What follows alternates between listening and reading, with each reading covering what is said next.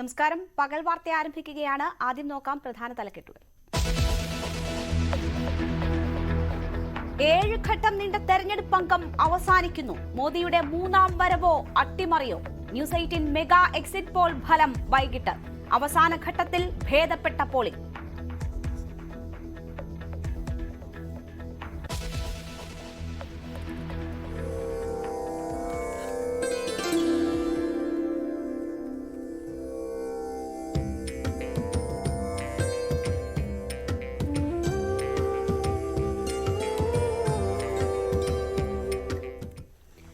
പ്രധാനമന്ത്രിയുടെ ധ്യാനം അവസാന മണിക്കൂറിലേക്ക്. കന്യാകുമാരിയിൽ നിന്ന് വൈകിട്ട് മടങ്ങും. വാരണാസി വിധിയെഴുതുന്നു.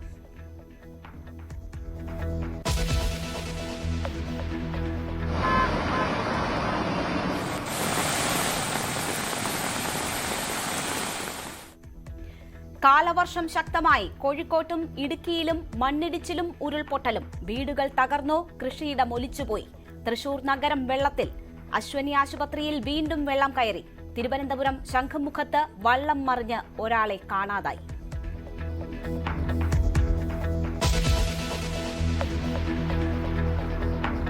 അവയവക്കടത്തിലെ പ്രധാന പ്രതി ഹൈദരാബാദിൽ അറസ്റ്റിൽ. പിടിയിലായത് വിജയവാഡ സ്വദേശി ബല്ലം രാം പ്രസാദ് കൊണ്ട.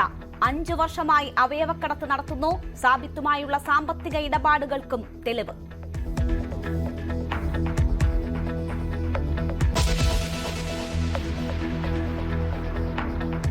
വടക്കേ ഇന്ത്യ ചുട്ടുപൊള്ളുന്നു. പലയിടങ്ങളിലും താപനില 50 ഡിഗ്രിക്ക് മുകളിൽ. 24 മണിക്കൂറിനിടെ 85 മരണം. മണിപ്പൂരിൽ പ്രളയം.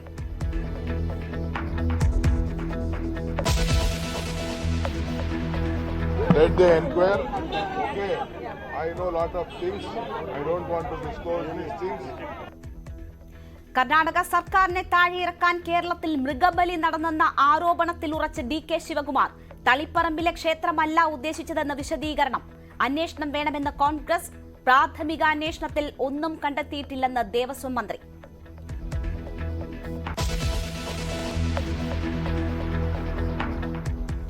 വ്യവസായിയെ കൊലപ്പെടുത്താൻ ശ്രമിച്ച കേസിലെ പ്രതി ബാറിലെ മദ്യപാന ആഘോഷത്തിനിടെ അറസ്റ്റിൽ. ചികിത്സയുടെ പേരിൽ ജാമ്യത്തിലിറങ്ങിയതിന് പിന്നാലെ ബാറിൽ അനൂപിന്റെ മദ്യപാർട്ടി. കേസിൽ സർവത്ര അട്ടിമറി. തോക്കിന് പകരം എയർഗൺ കണ്ടെത്തിയതിനെ തുടർന്ന് കോടതിയെ കബളിപ്പിച്ച് ജാമ്യവും.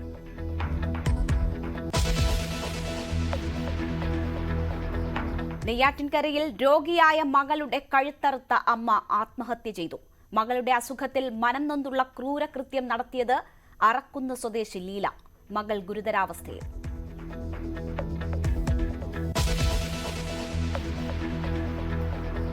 വാർത്തയിലേക്ക് വിശദമായി. ലോക്സഭാ തെരഞ്ഞെടുപ്പിന്റെ അവസാനഘട്ട വോട്ടെടുപ്പിൽ ഭേദപ്പെട്ട പോളിംഗ്. 1 മണിവരെ 35% പോളിംഗ് രേഖപ്പെടുത്തി. ബംഗാളിൽ പലയിടത്തും സംഘർഷം റിപ്പോർട്ട് ചെയ്തു. ജയനഗറിൽ ബൂത്ത് കയ്യേറിയ അക്രമികൾ വോട്ടിംഗ് യന്ത്രം കുളത്തിലെറിഞ്ഞു. 40-41 নম্বর বুথে ইভিএম ভিভিপ্যাট মেয়েরা ফেলে দিয়েছে, কারণ তাদের স্বামীদের ছেলেদের এজেন্ট বসতে গেলে মারধর করেছে তার জন্য।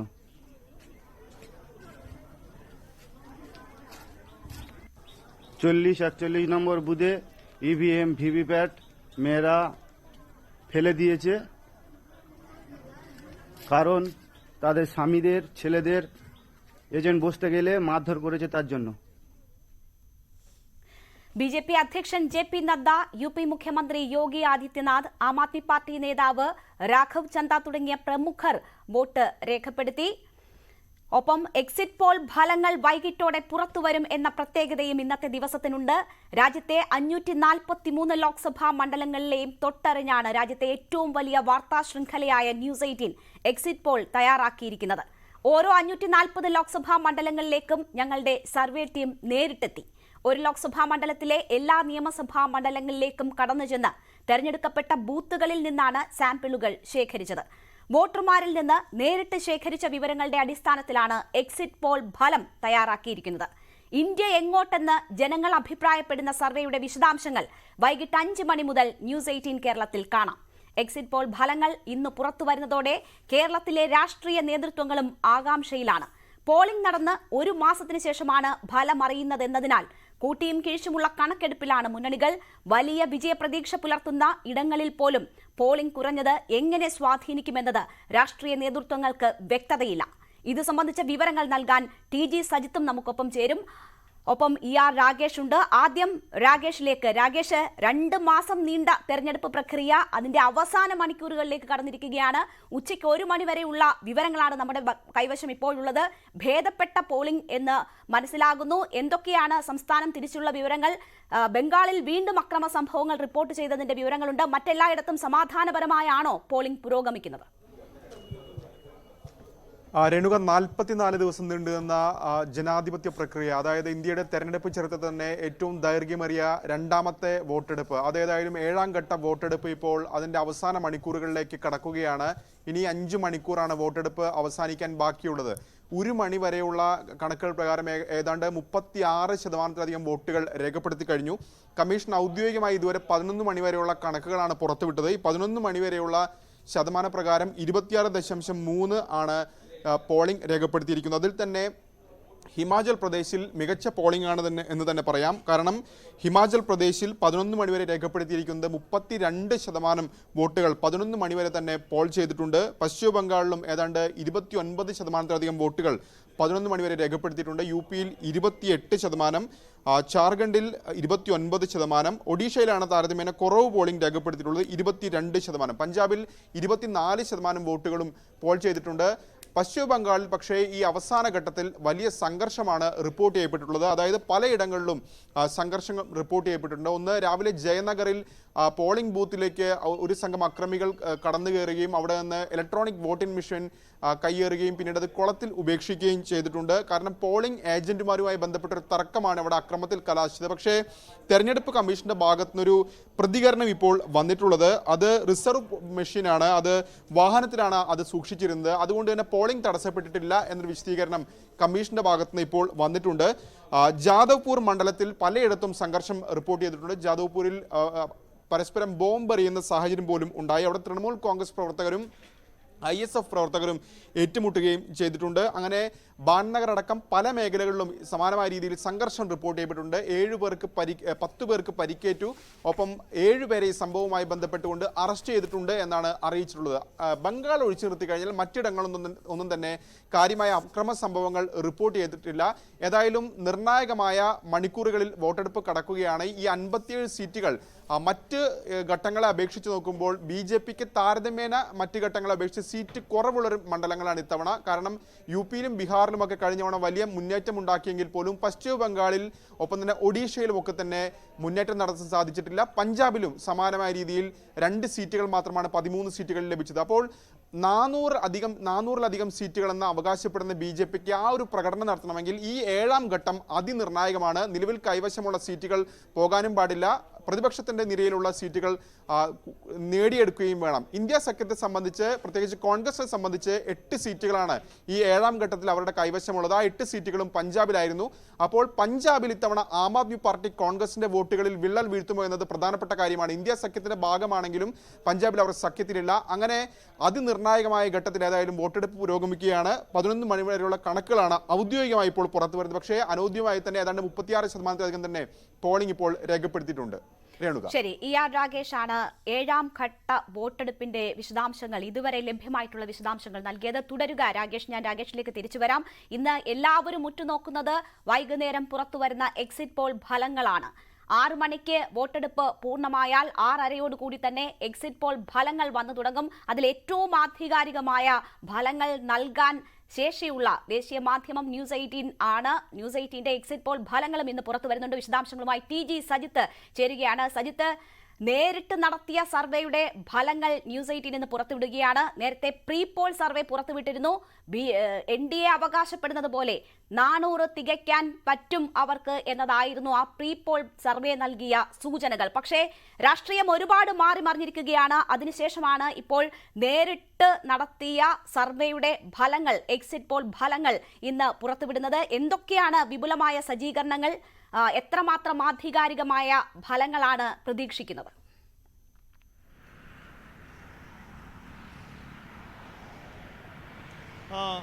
ഇതുവരെ വന്നത് അഭിപ്രായ സർവേ ഫലങ്ങളാണ്. അതായത് തെരഞ്ഞെടുപ്പിന് മുമ്പുള്ള സാധ്യതകൾ, സാഹചര്യങ്ങൾ, ജനങ്ങളുടെ ചിന്ത, ഇതിനൊപ്പം ചേർന്ന് പോകുന്ന ചില അഭിപ്രായ സർവേ ഫലങ്ങളാണ് പുറത്തു വന്നത്. പല രാഷ്ട്രീയ നേതൃത്വങ്ങൾക്കും മാറി മാറിയുള്ള രാഷ്ട്രീയ സാഹചര്യങ്ങളെയൊക്കെ പ്രതിഫലിക്കുന്ന തരത്തിലുള്ള അഭിപ്രായ സർവേ ഫലങ്ങൾ വരുന്നു. പക്ഷേ എക്സിറ്റ് പോൾ ഫലങ്ങൾക്ക് അല്പം കൂടി കൃത്യത വർദ്ധിക്കും എന്നതാണ് സാഹചര്യം. കാരണം തെരഞ്ഞെടുപ്പിൽ ജനങ്ങൾ എങ്ങനെ വോട്ട് ചെയ്തു എന്നത് പോളിംഗിന് ശേഷം അവർ പറയുന്ന അഭിപ്രായമായി കണക്കിലെടുക്കുമ്പോൾ അത് ഏറെക്കുറെ ജനവിധിക്കൊപ്പം ചേർന്ന് പോകും എന്നതാണ് പൊതുവിൽ വിലയിരുത്തപ്പെടുന്നത്. അതുകൊണ്ട് തന്നെയാണ് എക്സിറ്റ് പോൾ ഫലങ്ങളുടെ പ്രാധാന്യം വർദ്ധിപ്പിക്കുന്നത്. എന്തായാലും വളരെ കൃത്യതയാർന്ന എക്സിറ്റ് പോൾ ഫലങ്ങളായിരിക്കുമെന്ന് പ്രേക്ഷകരിലേക്ക് എത്താൻ പോകുന്നത്. രേണുക, നമുക്ക് കേരളത്തിന്റെ സാഹചര്യം വിശദമായി പരിശോധിക്കുമ്പോൾ ഒരുപക്ഷെ ദേശീയ സാഹചര്യം മലയാളികൾക്ക് വളരെ താല്പര്യമുണ്ട്. അതിനുമപ്പുറം 20 ലോക്സഭാ മണ്ഡലങ്ങൾ കേരളത്തിൽ ജനവിധി തേടുമ്പോൾ ഇത്തവണ കേരളത്തിൽ എന്ത് സ്വാധീനം ചെലുത്തി, എന്താണ് സാഹചര്യം എന്നത് ഏറെ പ്രസക്തമാണ്. കേരളത്തിനെ സംബന്ധിച്ച് 26-ന് വോട്ടെടുപ്പ് നടന്നതിന് ശേഷം ഏകദേശം ഒരു മാസത്തിലധികം കാത്തിരുന്നതിന് ശേഷമാണ് ഇപ്പോൾ തെരഞ്ഞെടുപ്പ് ഫലം വരാൻ പോകുന്നത്. ഇന്ന് വരാൻ പോകുന്ന എക്സിറ്റ് പോൾ ഫലങ്ങളും കേരളത്തിൽ വോട്ടെടുപ്പിന് ശേഷം ജനങ്ങൾ എങ്ങനെ ചിന്തിച്ചു എന്ന ഫലം കൂടിയാണ്. നിലവിലെ കണക്കെടുപ്പുകൾ കേരളത്തെ സംബന്ധിച്ച് രാഷ്ട്രീയ നേതൃത്വങ്ങൾക്ക് കണക്കെടുപ്പിന് വളരെ അധികം സമയമുണ്ടായിരുന്നു എന്നത് നമുക്കറിയാം. ആ സാഹചര്യങ്ങൾ പല തരത്തിലുള്ള കണക്കെടുപ്പുകളും ശേഖരിച്ചു. ജില്ലാ കമ്മിറ്റികളുടെയും ബൂത്ത് കമ്മിറ്റികളുടെയും അടക്കമുള്ള കണക്കുകൾ പല കുറിയായി ശേഖരിച്ചുള്ള കണക്കെടുപ്പുകൾ നേതൃത്വങ്ങളൊക്കെ നടത്തിയിട്ടുണ്ട്. പക്ഷേ പൊതുവിലുള്ള വെല്ലുവിളി കേരളത്തിലെ രാഷ്ട്രീയ പാർട്ടികൾക്കുണ്ടാക്കുന്നത് ഇത്തവണ പോളിംഗ് ശതമാനത്തിലുണ്ടായ കുറവ്. നമുക്കറിയാം, ചില മണ്ഡലങ്ങൾ മാറ്റി നിർത്തിയാൽ, വടകര പോലെയുള്ള ചില മണ്ഡലങ്ങൾ മാറ്റി നിർത്തിയാൽ ബാക്കി എല്ലായിടത്തും വലിയ തോതിൽ പോളിംഗ് കുറഞ്ഞിട്ടുണ്ട്. എന്തുകൊണ്ടാണ് ഈ പോളിംഗ് കുറഞ്ഞത്? ആ പോളിംഗ് കുറഞ്ഞത് തങ്ങളെ എങ്ങനെ സ്വാധീനിക്കുമെന്ന ഒരു കൃത്യമായ കണക്കെടുക്കാൻ രാഷ്ട്രീയ നേതൃത്വങ്ങൾക്ക് കഴിഞ്ഞിട്ടില്ല. കേരളത്തിൽ ഇടതുമുന്നണി ഇത്തവണ ഒരു തിരിച്ചുവരവുണ്ടാകും എന്ന് പ്രതീക്ഷിക്കുന്ന ഒരു തെരഞ്ഞെടുപ്പാണ് കടന്നു പോകുന്നത്. പക്ഷേ ആ പ്രതീക്ഷയ്ക്കൊപ്പത്തേക്ക് സാഹചര്യങ്ങൾ വന്നിട്ടുണ്ടോ എന്ന കണക്കെടുപ്പിൽ അവർക്കും അങ്ങ് ഉറപ്പിക്കാനാവുന്നില്ല. നേരിയ ചില മണ്ഡലങ്ങളിൽ ഉറച്ച വിജയപ്രതീക്ഷ പറയുന്നു എന്നതിനപ്പുറത്തേക്ക് മറ്റിടങ്ങളിലെ സാഹചര്യം എന്താകുമെന്നത് ആകാംക്ഷയിലാണ് ഇടതുമുന്നണി. UDF 2020 എന്ന അവകാശവാദം കേരളത്തിൽ ഉയർത്തിയിട്ടുണ്ട്. പക്ഷേ അവസാനപ്പെട്ട കണക്കെടുപ്പിൽ വന്നപ്പോൾ 2020യിലേക്കൊന്നും സംഭവിക്കാൻ പോവില്ല എന്ന് അവരും ഏറെക്കുറെ സമ്മതിക്കുന്നുണ്ട്. മറിച്ച് കേരളത്തിന്റെ സാഹചര്യം എന്താ എന്നതാണ് പ്രസക്തി ഉണ്ടാവുന്ന കാര്യം. BJP ഇത്തവണ അക്കൗണ്ട് തുറക്കുമെന്ന് ഉറപ്പിച്ച് വിശ്വസിക്കുന്ന ഇടമാണ്. പക്ഷേ അക്കൗണ്ട് തുറക്കുമെന്ന് BJPക്കും അങ്ങ് ഉറപ്പ് പറയാൻ കഴിയുന്നില്ല. ദേശീയ തലത്തിൽ കണക്കെടുപ്പ് BJP നടത്തുമ്പോൾ കേരളത്തിൽ ഉറച്ച ഒരു മണ്ഡലം പോലുമില്ല എന്നതാണ് അവരുടെ കണക്കെടുപ്പിലും ഉയരുന്നത്. അതായത് ചുരുക്കത്തിൽ ഒരു മുന്നണികൾക്കും അത്ര കണ്ടങ്ങ് സ്വാധീനവും സാഹചര്യവും ഉറപ്പിച്ചു കഴിയാൻ കഴിയുന്ന രാഷ്ട്രീയ സാഹചര്യം കേരളത്തിൽ ഉണ്ടായിരുന്നില്ല എന്ന് എല്ലാവരും ഒരേപോലെ കണക്ക് കൂട്ടുന്നു. അതുകൊണ്ട് എല്ലാവരുടെയും ആകാംക്ഷ ഇന്നത്തെ എക്സിറ്റ് പോൾ ഫലത്തിലേക്കാണ്. തെരഞ്ഞെടുപ്പ് ഫലം 4-ാം തീയതി പുറത്തു വരുന്നതിന് തൊട്ട് മുമ്പ് വരുന്ന ഈ എക്സിറ്റ് പോൾ ഫലങ്ങൾ മലയാളികൾക്കും രാഷ്ട്രീയ നേതൃത്വങ്ങൾക്കും അങ്ങേയറ്റത്തെ ആകാംക്ഷയുണ്ടാകുന്നുണ്ട്. അതുകൊണ്ട് നമുക്ക് കാത്തിരിക്കാം. കേരളത്തിന്റെ ജനവിധി ആർക്കൊപ്പമാണ്? എന്താണ് ആകാംക്ഷ? രാഷ്ട്രീയ നേതൃത്വങ്ങളുടെ പ്രതീക്ഷയ്ക്കൊപ്പം ഫലം വരുമോ? നമുക്കും കാത്തിരിക്കാം. തീർച്ചയായും. എന്തായാലും ഇനി 5 മണിക്കൂറിൽ താഴെ സമയം മാത്രമേ ഉള്ളൂ എക്സിറ്റ് പോൾ ഫലങ്ങൾ വരുന്നതിന്. അതേസമയം അവസാനഘട്ട വോട്ടെടുപ്പ് നല്ല രീതിയിൽ പുരോഗമിക്കുകയാണ്. ഉച്ചവരെ ഭേദപ്പെട്ട പോളിംഗ് രേഖപ്പെടുത്തിയെന്നതാണ് വരുന്ന വിവരം. ER രാഗേഷും TG സജിത്തുമാണ് വിശദമായ വിവരങ്ങൾ നൽകുന്നത്. വോട്ടെടുപ്പ് അവസാന മണിക്കൂറുകളിലേക്ക് കടക്കുമ്പോൾ അവകാശവാദങ്ങളുമായി രാഷ്ട്രീയ പാർട്ടി നേതൃത്വങ്ങളും രംഗത്ത് വരുന്നു. രാജ്യത്ത് ഇന്ത്യ മുന്നണി സർക്കാർ അധികാരത്തിലേറുമെന്ന് രമേശ് ചെന്നിത്തല പറയുന്നു. കേരളത്തിലെ ജനങ്ങൾ UDFന് അനുകൂലമായി വിധിയെഴുത്ത് നടത്തുമെന്നും CPM BJPയുമായി കൂട്ടുചേർന്നാൽ പോലും കേരളത്തിൽ 20 സീറ്റും UDF നേടുമെന്നും രമേശ് ചെന്നിത്തല അവകാശപ്പെട്ടു. തീർച്ചയായിട്ടും ഞങ്ങൾക്ക് നല്ല ആത്മവിശ്വാസമുണ്ട്. കേരളത്തിലെ ജനങ്ങൾ ഇന്ത്യ മുന്നണിക്ക് അനുകൂലമായി വിധിയെഴുത്ത് നടത്തും. കോൺഗ്രസിനും UDFനും 20-ൽ 20 സീറ്റും നേടാൻ കഴിയുന്ന രാഷ്ട്രീയ അന്തരീക്ഷമാണ് കേരളത്തിലുള്ളത്. ഇന്ത്യ മുന്നണി കേവല ഭൂരിപക്ഷം നേടുമെന്ന് കൊടിക്കുന്നിൽ സുരേഷ്. ഇന്ത്യ മുന്നണിയുടെ ഭൂരിപക്ഷം പ്രവചനാതീതമായിരിക്കും. കേരളത്തിൽ UDFന് 20-ൽ 20 സീറ്റും ലഭിക്കുമെന്നും ഭരണവിരുദ്ധ വികാരം പ്രകടമാകുമെന്നും കൊടിക്കുന്നിൽ സുരേഷ് പറഞ്ഞു. നിലവിലെ ഇന്ത്യ സഖ്യത്തിന് കേവല ഭൂരിപക്ഷം കിട്ടുമെന്നുള്ള പ്രതീക്ഷയിലാണ് ഞങ്ങൾ. തെരഞ്ഞെടുപ്പിൻ്റെ 1-ാം ഘട്ടം 2-ാം ഘട്ടമൊക്കെ കഴിഞ്ഞപ്പോൾ 3 മുതൽ 3, 4, 5, 6 ഘട്ടങ്ങളിൽ ഇന്ത്യ മുന്നണിക്കാണ് മുന്നേറ്റം ഉണ്ടായിട്ടുള്ളത്. 7-ാം ഘട്ടത്തിലും ഇന്ത്യ മുന്നണി വലിയ പഞ്ചാബ് ഉൾപ്പെടെയുള്ള സംസ്ഥാനങ്ങളിൽ വലിയ മുന്നേറ്റം നടത്തി കേവല ഭൂരിപക്ഷം നേടുമെന്ന് ഞങ്ങൾ ഉറച്ചു വിശ്വസിക്കുന്നു. ഇന്നലെ കോൺഗ്രസ് അധ്യക്ഷൻ ശ്രീ മല്ലികാർജ്ജുൻ ഖാർഗെ ഡൽഹിയിൽ നടത്തിയ പത്രസമ്മേളനത്തിൽ അത് ആവർത്തിച്ച് പറഞ്ഞിട്ടുണ്ട്. അതുകൊണ്ട് ഞങ്ങളെ സംബന്ധിച്ചിടത്തോളം ഇന്ത്യ സഖ്യത്തിന് ഇന്ത്യ ഭരിക്കാനുള്ള കേവല ഭൂരിപക്ഷം ലഭിക്കുമെന്നുള്ള പൂർണ്ണ വിശ്വാസത്തിലാണ് ഞങ്ങളെ സംബന്ധിച്ചത്. കേരളത്തിൽ ഞങ്ങൾ തുടക്കം മുതൽ പറഞ്ഞില്ലേ 20 സീറ്റും UDF ജയിക്കുമെന്നുള്ളത്. കന്യാകുമാരി വിവേകാനന്ദ പാറയിൽ പ്രധാനമന്ത്രി നരേന്ദ്രമോദിയുടെ ധ്യാനം 3 മണിയോടെ അവസാനിക്കും. വ്യാഴാഴ്ച വൈകിട്ട് ആരംഭിച്ച ധ്യാനം 45 മണിക്കൂറിനോട് അടുക്കുകയാണ്. ധ്യാനത്തിന് ശേഷം പ്രധാനമന്ത്രി തിരുവനന്തപുരത്തേക്ക് തിരിക്കും. വിവേകാനന്ദ പാറയിൽ രാവിലെ മോദി സൂര്യ നമസ്കാരവും പ്രാർത്ഥനയും നടത്തി.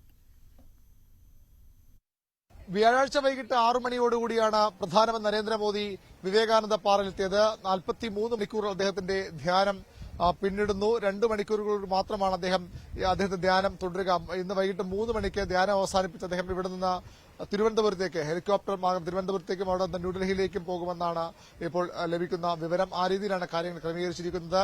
ധ്യാനം പൂർത്തിയായ ശേഷം അദ്ദേഹം ഒരുപക്ഷെ തൊട്ടടുത്തുള്ള വിവേകാനന്ദ പാറയ്ക്ക് തൊട്ടടുത്തുള്ള തിരുവള്ളുവർ പ്രതിമയും സന്ദർശിച്ചേക്കുമെന്ന വിവരവുമുണ്ട്. ഏതായാലും ഒരു ഇന്ത്യൻ പ്രധാനമന്ത്രി ഇത്രയധികം സമയം കന്യാകുമാരിയിൽ ചെലവഴിച്ചത്, വിവേകാനന്ദ പാറയിൽ ചെലവഴിച്ചത് ചരിത്രത്തിൽ ആദ്യമാണ്. ആ അർത്ഥത്തിൽ കൂടി പ്രധാനമന്ത്രി നരേന്ദ്രമോദിയുടെ കന്യാകുമാരി സന്ദർശനവും വിവേകാനന്ദ പാറയിലെ ധ്യാനവും രേഖപ്പെടുത്തും ഉറപ്പാണ്. അദ്ദേഹം ഈ ധ്യാനത്തിൽ നിന്നെടുത്ത ദിവസമാണ് ഏറ്റവും പ്രധാനപ്പെട്ടത്. അദ്ദേഹം മത്സരിക്കുന്ന അദ്ദേഹത്തിന്റെ സ്വന്തം മണ്ഡലം വാരണാസിയിൽ ഉൾപ്പെടെ വോട്ടെടുപ്പ് നടക്കുന്ന ദിവസമാണ് പ്രധാനമന്ത്രി നരേന്ദ്രമോദി ഇത്തരമൊരു ധ്യാനത്തിന് തിരഞ്ഞെടുത്തിട്ട് അതിന്റെ നിശബ്ദ പ്രചരണ ദിവസവും അദ്ദേഹം കന്യാകുമാരിയിലായിരുന്നു. അതാണ് ഇത്രയധികം രാഷ്ട്രീയ വിവാദമായത് മാറാൻ കാരണം. നിശബ്ദ പ്രചരണം ദിവസം ധ്യാനം കൊണ്ട് മൌനത്തിലാണെങ്കിലും ധ്യാനത്തിലാണെങ്കിലും അദ്ദേഹം അത് വലിയൊരു രാഷ്ട്രീയ സന്ദേശമായി രാഷ്ട്രീയ പ്രചരണമായി മാറ്റിയെന്ന വിമർശനമാണ് പ്രതിപക്ഷ കക്ഷികൾ കോൺഗ്രസും DMKയും ഉൾപ്പെടെയുള്ള പ്രതിപക്ഷ കക്ഷികൾ ഉന്നയിച്ചത്. എന്നാൽ ആ വാദങ്ങളെല്ലാം തള്ളിക്കളഞ്ഞുകൊണ്ടാണ് പ്രധാനമന്ത്രി തന്റെ ആത്മീയ താൽപര്യം, ആത്മീയ പാതയിലൂടെയുള്ള സഞ്ചാരം നേരത്തെയും അതിനുള്ള ഇഷ്ടം വ്യക്തമാക്കിയിട്ടുള്ള ആളാണ്. ഇത്തരത്തിൽ ധ്യാനങ്ങൾ നേരത്തെ നടത്തിയിട്ടുള്ളത് ആളാണ്. അതുകൊണ്ട് തന്നെ അതിൽ കാര്യമായി ഒരു രാഷ്ട്രീയ ഉദ്ദേശവുമില്ല എന്നാണ് BJPയുടെ NDA കക്ഷികളുടെ നിലപാട്. ഏതായാലും ഇന്ത്യൻ പ്രധാനമന്ത്രിയുടെ ധ്യാനം വലിയ ചർച്ചയാണ് ഇന്ത്യൻ രാഷ്ട്രീയത്തിൽ ഉണ്ടാക്കിയത്. അതിന്റെ ഗുണദോഷങ്ങൾ, അതിന്റെ ലാഭനഷ്ടങ്ങൾ വരും ദിവസങ്ങളിൽ അറിയാം. ജൂൺ 4 തെരഞ്ഞെടുപ്പിൽ വോട്ടെണ്ണൽ നടക്കുമ്പോൾ ഏതെങ്കിലും തരത്തിൽ പ്രധാനമന്ത്രി ധ്യാനം ഈ തെരഞ്ഞെടുപ്പ് ഫലത്തെ ഈ ധ്യാനം നടക്കുമ്പോൾ തെരഞ്ഞെടുപ്പ് നടന്ന മണ്ഡലങ്ങളിൽ സ്വാധീനിച്ചിട്ടുണ്ടെന്ന കാര്യമൊക്കെ വ്യക്തമാകും. ഏതായാലും വിവേകാനന്ദൻ ധ്യാനിച്ച പാറയിൽ അതിനുശേഷം വിവേകാനന്ദ പാറ എന്ന പേരുകെട്ട ആ പാറയിൽ ധ്യാനത്തിനു ശേഷം വർദ്ധിച്ച ആത്മവിശ്വാസത്തോടും ഊർജ്ജത്തോടും കൂടിയാകും ഇന്ത്യയുടെ പ്രധാനമന്ത്രി മടങ്ങുന്നത്. പുതിയ സർക്കാർ രൂപീകരിക്കുമ്പോഴും അദ്ദേഹം തന്നെയാകും പ്രധാനമന്ത്രി എന്ന ആത്മവിശ്വാസമാണ് BJP കേന്ദ്രങ്ങൾ ഇപ്പോഴും പങ്കുവയ്ക്കുന്നത്. ഇവിടെ നിന്ന് ലഭിച്ച ഊർജ്ജവുമായി പ്രധാനമന്ത്രി മറ്റു ചർച്ചകളിലേക്ക് കടക്കും. ഏതായാലും ഇത് നരേന്ദ്രമോദിയുടെ പ്രധാനമന്ത്രിയുടെ അവസാനത്തെ ഊഴമെന്ന വിലയിരുത്തലാണ് പ്രതിപക്ഷത്തിനുള്ളത്. പ്രതിപക്ഷ മുന്നണി ഇന്ത്യ മുന്നണി ഭരണം പിടിക്കുമെന്ന് അവകാശപ്പെടുന്നു. ഏതായാലും ഇനി അത്തരം അവകാശവാദങ്ങൾക്കും ചർച്ചകൾക്കുമൊക്കെ മണിക്കൂറുകളുടെ മാത്രം ആയുസ്സാണ്. പ്രധാനമന്ത്രി ഇവിടുന്ന് മടങ്ങുമ്പോൾ തന്നെ ഇന്ത്യൻ ജനത ഏറെക്കുറെ പൂർണ്ണമായും തങ്ങളുടെ വോട്ടവകാശം വിനിയോഗിച്ചിട്ടുണ്ടാകും. 6 മണിവരെയാണ് അവസാന ഘട്ടത്തിലെ വോട്ടെടുപ്പ് നടക്കുന്നത്. അതുകൊണ്ട് തന്നെ പ്രധാനമന്ത്രി ഇവിടെ നിന്ന് മടങ്ങുമ്പോൾ പൂർണ്ണമായും ഇന്ത്യൻ ജനത വോട്ടവകാശം വിനിയോഗിച്ചിട്ടുണ്ടാകും. പിന്നീട് വോട്ടെണ്ണലിലെ കാത്തിരിപ്പാണ് ഇന്ത്യൻ ജനത ഒന്നാകെ. നരേന്ദ്രമോദിയും അത്തരത്തിൽ ചർച്ചകളിലേക്കും അവസാനവട്ട കണക്കൂട്ടലുകളിലേക്കുമാകും ഇവിടെ നിന്ന് മടങ്ങിയാൽ പിന്നീട് കടക്കുക. വി അരുണിന്റെ റിപ്പോർട്ടാണ് കണ്ടത്. കന്യാകുമാരിയിലുമുണ്ട് ഒരു കോവളം. അവിടുത്തെ മനോഹരമായ അസ്തമയ കാഴ്ചകളിലേക്ക് ക്യാമറമാൻ ഷിജു ചവറ പകർത്തിയ ദൃശ്യങ്ങൾ കാണാം.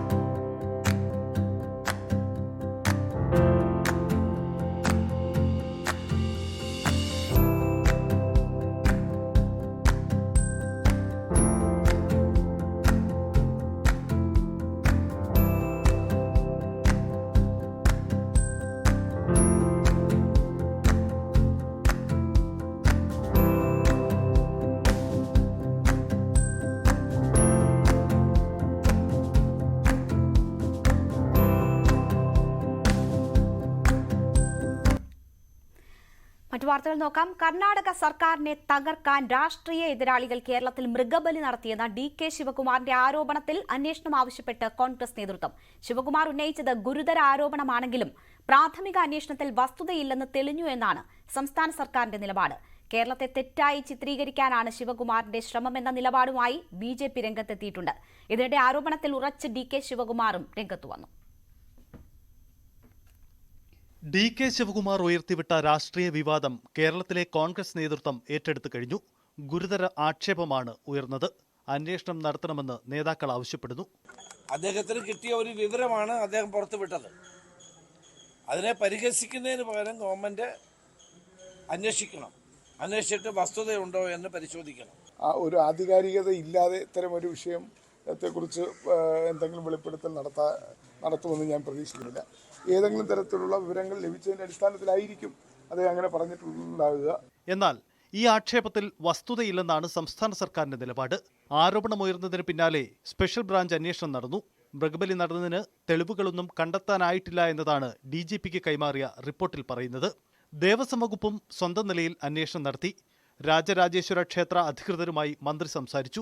ഗുരുതര ആരോപണമെന്ന് സംസ്ഥാന സർക്കാർ അംഗീകരിച്ചെങ്കിലും ഇക്കാര്യത്തിൽ വസ്തുത കണ്ടെത്താനായില്ല എന്നതാണ് ദേവസ്വം മന്ത്രി K രാധാകൃഷ്ണന്റെ നിലപാട്. BJP അടക്കമുള്ള രാഷ്ട്രീയ എതിരാളികളെയാണ് DK ശിവകുമാർ ലക്ഷ്യമിട്ടതെങ്കിൽ ആരോപണം ശിവകുമാറിനെതിരെ തിരിച്ചുവിടുകയാണ് കേരളത്തിലെ BJP നേതൃത്വം. കേരളത്തെ തെറ്റായി ചിത്രീകരിക്കുന്ന ആരോപണം പിൻവലിച്ച് ശിവകുമാർ മാപ്പ് പറയണമെന്ന് BJP ആവശ്യപ്പെടുന്നു. കർണാടക ഉപമുഖ്യമന്ത്രിയും കോൺഗ്രസിന്റെ ദേശീയ നേതാവുമായ DK ശിവകുമാർ ഇന്നലെ നടത്തിയത് കേരള വിരുദ്ധ പ്രസ്താവനയാണ്. കേരള വിരുദ്ധം മാത്രമല്ല, അത് ദേശവിരുദ്ധവും കൂടിയാണ്. മലയാളികളെ പരസ്യമായി അപമാനിക്കുകയാണ് കർണാടക ഉപമുഖ്യമന്ത്രി ചെയ്തിട്ടുള്ളത്. ശിവകുമാർ ഉന്നയിച്ച ആക്ഷേപത്തോട് കർണാടകയിലെ മറ്റ് രാഷ്ട്രീയ നേതൃത്വങ്ങൾ ഇതുവരെ പ്രതികരിച്ചിട്ടില്ല. എന്നാൽ ആരോപണത്തിൽ ഉറച്ചു നിൽക്കുകയാണ് DK ശിവകുമാർ. ഇതിനിടെ രാജരാജേശ്വര ക്ഷേത്രത്തെ തെറ്റായി ചിത്രീകരിക്കാൻ താൻ ശ്രമിച്ചിട്ടില്ലെന്ന വിശദീകരണവുമായി DK ശിവകുമാർ രംഗത്തു വന്നു. News desk, news 18. രാജ്യാന്തര അവയവ കച്ചവട കേസിൽ മുഖ്യപ്രതികളിലൊരാൾ ഹൈദരാബാദിൽ പിടിയിലായി. അറസ്റ്റിലായ സാബിത് നാസറിന്റെ മൊഴിയുടെ അടിസ്ഥാനത്തിൽ നടത്തിയ പരിശോധനയിലാണ് അറസ്റ്റ്. നവമി ദിനേശ് ഉണ്ട് വിവരങ്ങളുമായി. നവമി, ഇത് സംബന്ധിച്ച വാർത്ത ന്യൂസ് 18 പുറത്തുവിട്ടതാണ്. ഇപ്പോൾ കൂടുതൽ അറസ്റ്റ് ഉണ്ടായിരിക്കുന്നു. മുഖ്യപ്രതിയാണ് പിടിയിലായിരിക്കുന്നത്. വിശദാംശങ്ങൾ എന്തൊക്കെയാണ്? രേണുക, നെടുമ്പാശ്ശേരി അവയവക്കടത്തുമായി ബന്ധപ്പെട്ട് നിർണായകമായൊരു നീക്കത്തിലേക്കാണ് പോലീസ് കടന്നിരിക്കുന്നത്. ഈ പ്രതികളിൽ ഒരാളായ, അതായത് പോലീസ് പറയുന്നതനുസരിച്ച് ഇയാൾ മുഖ്യപ്രതി തന്നെയാണ്. ഇയാളാണ് ഈ ഹൈദരാബാദിലെ അല്ലെങ്കിൽ കേരളത്തിലുള്ള ദാതാക്കളെ ബന്ധപ്പെടുകയും അവരെ ഈ ഇറാനിലേക്ക് അയക്കുന്നതിലൊക്കെ പ്രധാനപ്പെട്ട പങ്ക് വഹിച്ച വ്യക്തിയാണ് ഇപ്പോൾ പിടിയിലായിരിക്കുന്നത്. വിജയവാഡ സ്വദേശിയാണ്. പ്രതാപൻ എന്ന ബെല്ലംകൊണ്ട രാമപ്രസാദാണ് പോലീസിന്റെ പിടിയിലായിരിക്കുന്നത്. ഈ ദാതാക്കളെ ഓൺലൈൻ വഴിയാണ് കണ്ടെത്തുന്നത്. ഈ ഓൺലൈൻ വഴി കണ്ടെത്തി ഇവരുടെ പണം അടക്കം എത്ര രൂപ ലഭിക്കും, എത്ര രൂപ നൽകുമെന്നടക്കമുള്ള കാര്യങ്ങളൊക്കെ ഇവർക്ക് നൽകിയതിനു ശേഷമായിരിക്കും ഇയാൾ ഈ ദാതാക്കളെ ഇറാനിലേക്ക് എത്തിക്കുന്നത്. മറ്റൊരു കാര്യം, ഇതുവരെയും ഈ കേസുമായി ബന്ധപ്പെട്ട് പരാതിക്കാരും തന്നെ എത്തിയിട്ടില്ല. പക്ഷേ എങ്കിൽ പോലും ഇതൊരു അവയവ കച്ചവടം നിരോധിച്ച ഇന്ത്യയിൽ ഇതൊരു ലീഗൽ പ്രശ്നമല്ല, ഇല്ലീഗൽ പ്രശ്നമായതിനാൽ തന്നെ ആ രീതിയിൽ കേസെടുക്കാനാണ് പോലീസിന്റെ തീരുമാനം. ഈ ദാതാക്കൾക്ക് 6 ലക്ഷം രൂപ വരെയാണ് നൽകുന്നത്. 60 ലക്ഷം രൂപയാണ് ഈ അവയവം സ്വീകരിക്കുന്ന വ്യക്തിയിൽ നിന്നും വാങ്ങുന്നത്. അതിൽ നിന്നും 6 ലക്ഷം രൂപയായിരിക്കും ഈ അവയവം നൽകുന്ന വ്യക്തിക്ക് കൊടുക്കുക.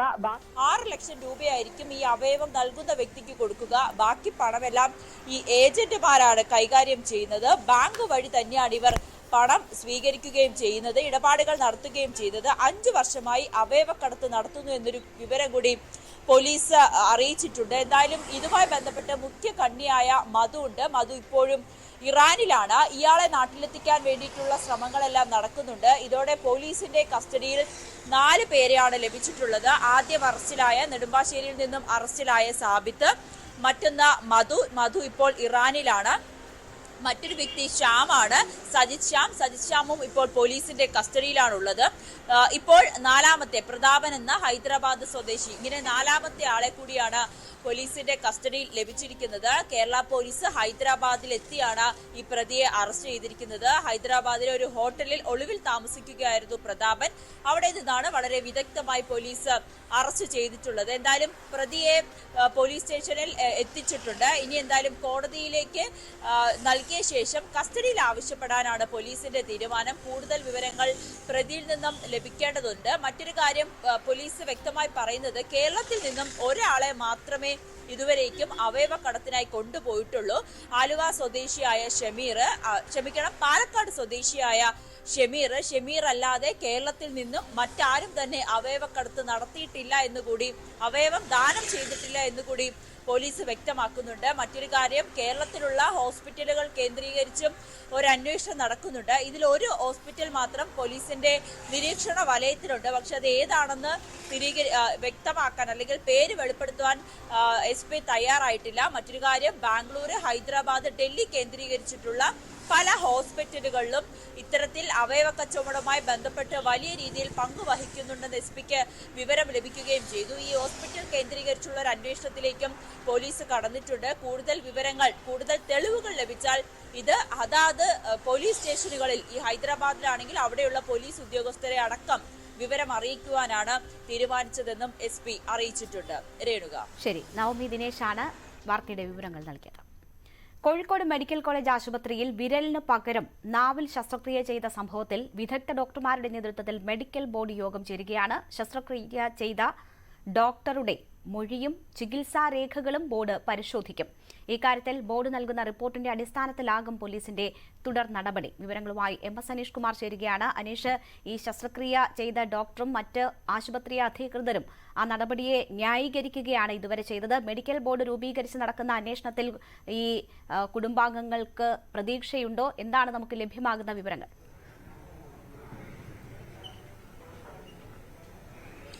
തീർച്ചയായും നേരത്തെ തന്നെ കുടുംബം അതിന്റെ വിയോജിപ്പ് പ്രകടമാക്കി കഴിഞ്ഞിരുന്നു. ഇതിനുശേഷമാണ് വളരെ വിശദമായ അന്വേഷണത്തിലേക്ക് പോലീസ് തിരിയുകയും DMOയ്ക്ക് ഇത്തരത്തിലൊരു മെഡിക്കൽ ബോർഡ് രൂപീകരിക്കണമെന്ന് കാട്ടി കത്ത് നൽകുകയും ചെയ്തിരുന്നു. ആദ്യം ഈ പ്രിൻസിപ്പൽ തലത്തിലുള്ള ഒരു അന്വേഷണം നടത്തി. ആ അന്വേഷണത്തിൽ കാര്യമായ പിഴവ് ഡോക്ടറുടെ ഭാഗത്തുനിന്നും ഉണ്ടായിട്ടുള്ള ആശയവിനിമയത്തിലെ ചില തകരാറുകളാണ് എന്ന് വ്യക്തമാക്കുകയും ചെയ്തിരുന്നു. ഈ കുട്ടിക്ക് ഈ കൈക്ക് പ്രശ്നവുമായാണ് ശസ്ത്രക്രിയ നടത്തിയെങ്കിലും അതിനേക്കാൾ ഗുരുതരമായ ഒരു പ്രശ്നം നാക്കിനടിയിൽ കെട്ടുണ്ടായിരുന്നു. അത് കുട്ടിയുടെ സംസാര വൈകല്യത്തിലേക്ക് വരെ ഭാവിയിൽ നീങ്ങാൻ സാധ്യതയുണ്ട്. അതുകൊണ്ട് സമയോചിതമായ ഒരു ഇടപെടലാണ് ഡോക്ടർ ബിജോൺസിന്റെ ഭാഗത്തുനിന്നും ഉണ്ടായതെന്ന രീതിയിലായിരുന്നു റിപ്പോർട്ട്. നേരത്തെ ആദ്യഘട്ടത്തിൽ ഈ തകരാറുണ്ടായ ഘട്ടത്തിൽ ഈ കുടുംബത്തിന് മാപ്പെഴുതി നൽകിയെങ്കിലും പിന്നീട് ഇത്തരത്തിലൊരു വിശദീകരണമാണ് ഡോക്ടറുടെ ഭാഗത്തുനിന്നും ഉണ്ടായത്. എന്നാൽ കുട്ടിക്ക് യാതൊരു വിധത്തിലുമുള്ള ആരോഗ്യപരമായ പ്രശ്നങ്ങൾ ഇല്ല, ഇത്തരത്തിൽ നാക്കിന് കെട്ടുള്ളത് ദൃഷ്ടിയിൽ പെട്ടിട്ടില്ല എന്നടക്കമുള്ള കാര്യങ്ങൾ ഈ കുടുംബം പറയുകയും ചെയ്തിരുന്നു. എന്തായാലും ഈ കേസ് മുന്നോട്ട് തന്നെ പോകുന്നു. ഇതിന്റെ ഭാഗമായ ഒരു വിദഗ്ധ സംഘത്തെ നേരത്തെ നിയോഗിച്ചിരുന്നു. അവർ ഒരു പ്രാഥമിക റിപ്പോർട്ട് നൽകുകയും ചെയ്തു. ഇതിനുശേഷമാണ് ഇപ്പോൾ മെഡിക്കൽ ബോർഡ് രൂപീകരിക്കുകയും ആ ബോർഡ് ഇന്നിപ്പോൾ DMO ഓഫീസിൽ യോഗം ചേരുകയും ചെയ്യുന്നത്.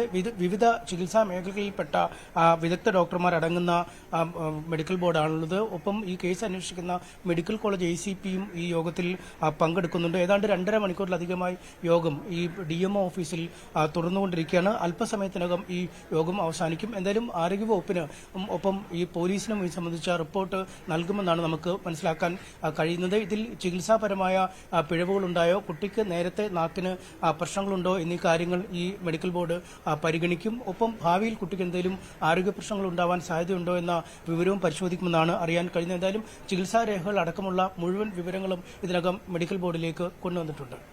ശരി, MS അനീഷ് കുമാർ വിവരങ്ങൾ നൽകിയത്. കണ്ണൂരിലെ യുവ വ്യവസായിയെ തോക്ക് ചൂണ്ടി കൊലപ്പെടുത്താൻ ശ്രമിച്ച കേസിൽ പ്രതികളെ പോലീസ് സഹായിച്ചെന്ന ആരോപണം.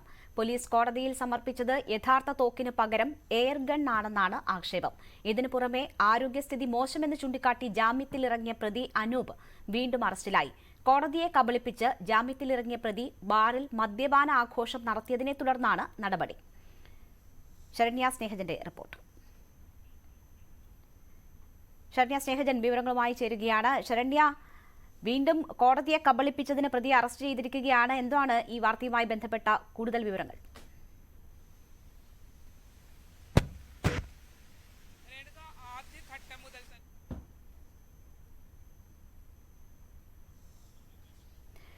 ശരണ്യയിലേക്ക് വരാം. ശബ്ദത്തിൽ ചില പ്രശ്നങ്ങളുണ്ട്. കണ്ണൂരിലെ യുവ വ്യവസായിയെ തോക്കു ചൂണ്ടി കൊലപ്പെടുത്താൻ ശ്രമിച്ച കേസിലാണ് പ്രതികളെ പോലീസ് സഹായിച്ചെന്ന ആരോപണമുയരുന്നത്. പോലീസ് കോടതിയിൽ സമർപ്പിച്ചത് യഥാർത്ഥ തോക്കിന് പകരം എയർഗൺ ആണെന്നാണ് ആക്ഷേപം. ഇതിനു പുറമെ ആരോഗ്യസ്ഥിതി മോശമെന്ന് ചൂണ്ടിക്കാട്ടി പ്രതി ജാമ്യം തേടിയിരുന്നു. അങ്ങനെ ജാമ്യത്തിലിറങ്ങിയ പ്രതി കോടതിയെ കബളിപ്പിച്ച് ബാറിൽ മദ്യപാന ആഘോഷം നടത്തി. ഇതിനെ തുടർന്ന് വീണ്ടും നടപടി ഉണ്ടായിരിക്കുകയാണ്. ശരണ്യ സ്നേഹജനുണ്ട്. ശരണ്യ, രാഷ്ട്രീയ ഇടപെടൽ കൂടി സംശയിക്കുന്ന കേസാണ്, അത്തരം ആരോപണങ്ങൾ ഉയർന്ന കേസാണ്. എന്താണ് ഇതിൽ സംഭവിച്ചത്? രേണുക, തീർച്ചയായും രാഷ്ട്രീയ ഇടപെടൽ നല്ലപോലെയുള്ള ഒരു കേസാണ്. പ്രത്യേകിച്ച് ഭരണത്തിലിരിക്കുന്ന CPM നേതാക്കന്മാരുടെ പിന്തുണയോടുകൂടിയാണ് ഈ പ്രതികൾ ആലപ്പുഴയിൽ ഈ സംഭവവുമായി ബന്ധപ്പെട്ട് രക്ഷപ്പെട്ടു പോകുന്നു എന്ന ആക്ഷേപം നിലനിൽക്കുന്ന ഒരു കേസ് കൂടിയാണ് യുവ വ്യവസായിയെ തോക്കു ചൂണ്ടി കൊലപ്പെടുത്താൻ ശ്രമിച്ച സംഭവം. ഈ കേസിൽ ആദ്യഘട്ടം മുതൽ തന്നെ പോലീസ് പ്രതിസ്ഥാനത്താണ് നിൽക്കുന്നത്. പ്രത്യേകിച്ച് യുവ വ്യവസായി ഈ കൊലപ്പെടുത്താൻ ശ്രമിച്ച സംഭവം മാരാരിക്കുളം പോലീസിനെ അറിയിച്ചപ്പോൾ മുതൽ കേസ് എടുക്കുന്നതിൽ വിമുഖത കാട്ടിയത് മുതൽ തുടങ്ങുന്നു. അത്തരത്തിൽ പോലീസിന് വന്ന വീഴ്ച. ഇപ്പോൾ പട്ടണക്കാട് SHO സനലിന്റെ നേതൃത്വത്തിലുള്ള അന്വേഷണ സംഘമാണ് ഈ കേസ് അന്വേഷിക്കുന്നത്. കഴിഞ്ഞ ദിവസം ഈ കേസിലെ ഒന്നാം പ്രതിയായ അനൂപിന് കോടതി ജാമ്യം അനുവദിച്ചിരുന്നു. അതായത് ഈ കേസിൽ ഏറ്റവും പ്രധാനപ്പെട്ട കാര്യമെന്ന് പറയുന്നത് ചൂണ്ടിയ തോക്ക് അത് കണ്ടെത്താനായി പോലീസിന് ഇപ്പോഴും കഴിഞ്ഞിട്ടില്ല എന്നുള്ളതാണ് വസ്തുത. ആദ്യഘട്ടത്തിൽ അനൂപ് വിവരം നൽകിയതിന്റെ അടിസ്ഥാനത്തിൽ അന്വേഷണ സംഘം അനൂപിന്റെ വീട്ടിൽ തെരച്ചിൽ നടത്തിയിരുന്നു. പക്ഷേ ആ തെരച്ചിലിൽ ഒരു തോക്കോ മറ്റു സംഭവങ്ങളോ ഒന്നും കണ്ടെത്താനായി പോലീസിന് കഴിഞ്ഞിരുന്നില്ല. പിന്നീട് പ്രതി തന്നെ നൽകിയ വിവരത്തിന്റെ അടിസ്ഥാനത്തിൽ പോലീസ് തിരച്ചിൽ നടത്തിയ ഇടത്തു നിന്ന് തന്നെ ഒരു എയർഗൺ കണ്ടെത്തുകയായിരുന്നു. എയർഗണിലേക്ക് പോകുമ്പോൾ ഈ കേസിൽ ആംസ് ആക്ട് നിലനിൽക്കാത്തൊരു സാഹചര്യമുണ്ട്. അതുകൊണ്ട് തന്നെ കേസ് പൊതുവെ ദുർബലമാകുന്ന ഘട്ടത്തിലാണ് ഈ പ്രതി കോടതിയിലേക്ക് ജാമ്യത്തിനായി എത്തുന്നത്. തുടർന്ന് അനൂപിന് കോടതി ജാമ്യം അനുവദിച്ചു. ഈ ജാമ്യം അനുവദിക്കുന്നതിനായി അനൂപ് പ്രധാനമായും കോടതിയെ ധരിപ്പിച്ച കാര്യം അത് അനൂപിന് ആരോഗ്യ പ്രശ്നങ്ങൾ ഉണ്ട് എന്നുള്ളതാണ്. ശസ്ത്രക്രിയ കഴിഞ്ഞിട്ടുണ്ട്, അതുകൊണ്ട് തന്നെ ഗുരുതര ആരോഗ്യ പ്രശ്നങ്ങൾ ഉണ്ട് എന്ന് പറഞ്ഞാണ് ജാമ്യം നേടുന്നത്. എന്നാൽ ജാമ്യം നേടി മണിക്കൂറുകൾക്കകം തന്നെ, അതായത് മിനിഞ്ഞാന്ന് വൈകിട്ടോടെയാണ് അനൂപിന് ജാമ്യം ലഭിക്കുന്നത്. ഈ ജാമ്യം നേടി മണിക്കൂറുകൾക്കകം തന്നെ, അതായത് ഇന്നലെ അനൂപിന്റെ നേതൃത്വത്തിൽ ഒരു മദ്യപാന പാർട്ടി സംഘടിപ്പിച്ചിരുന്നു.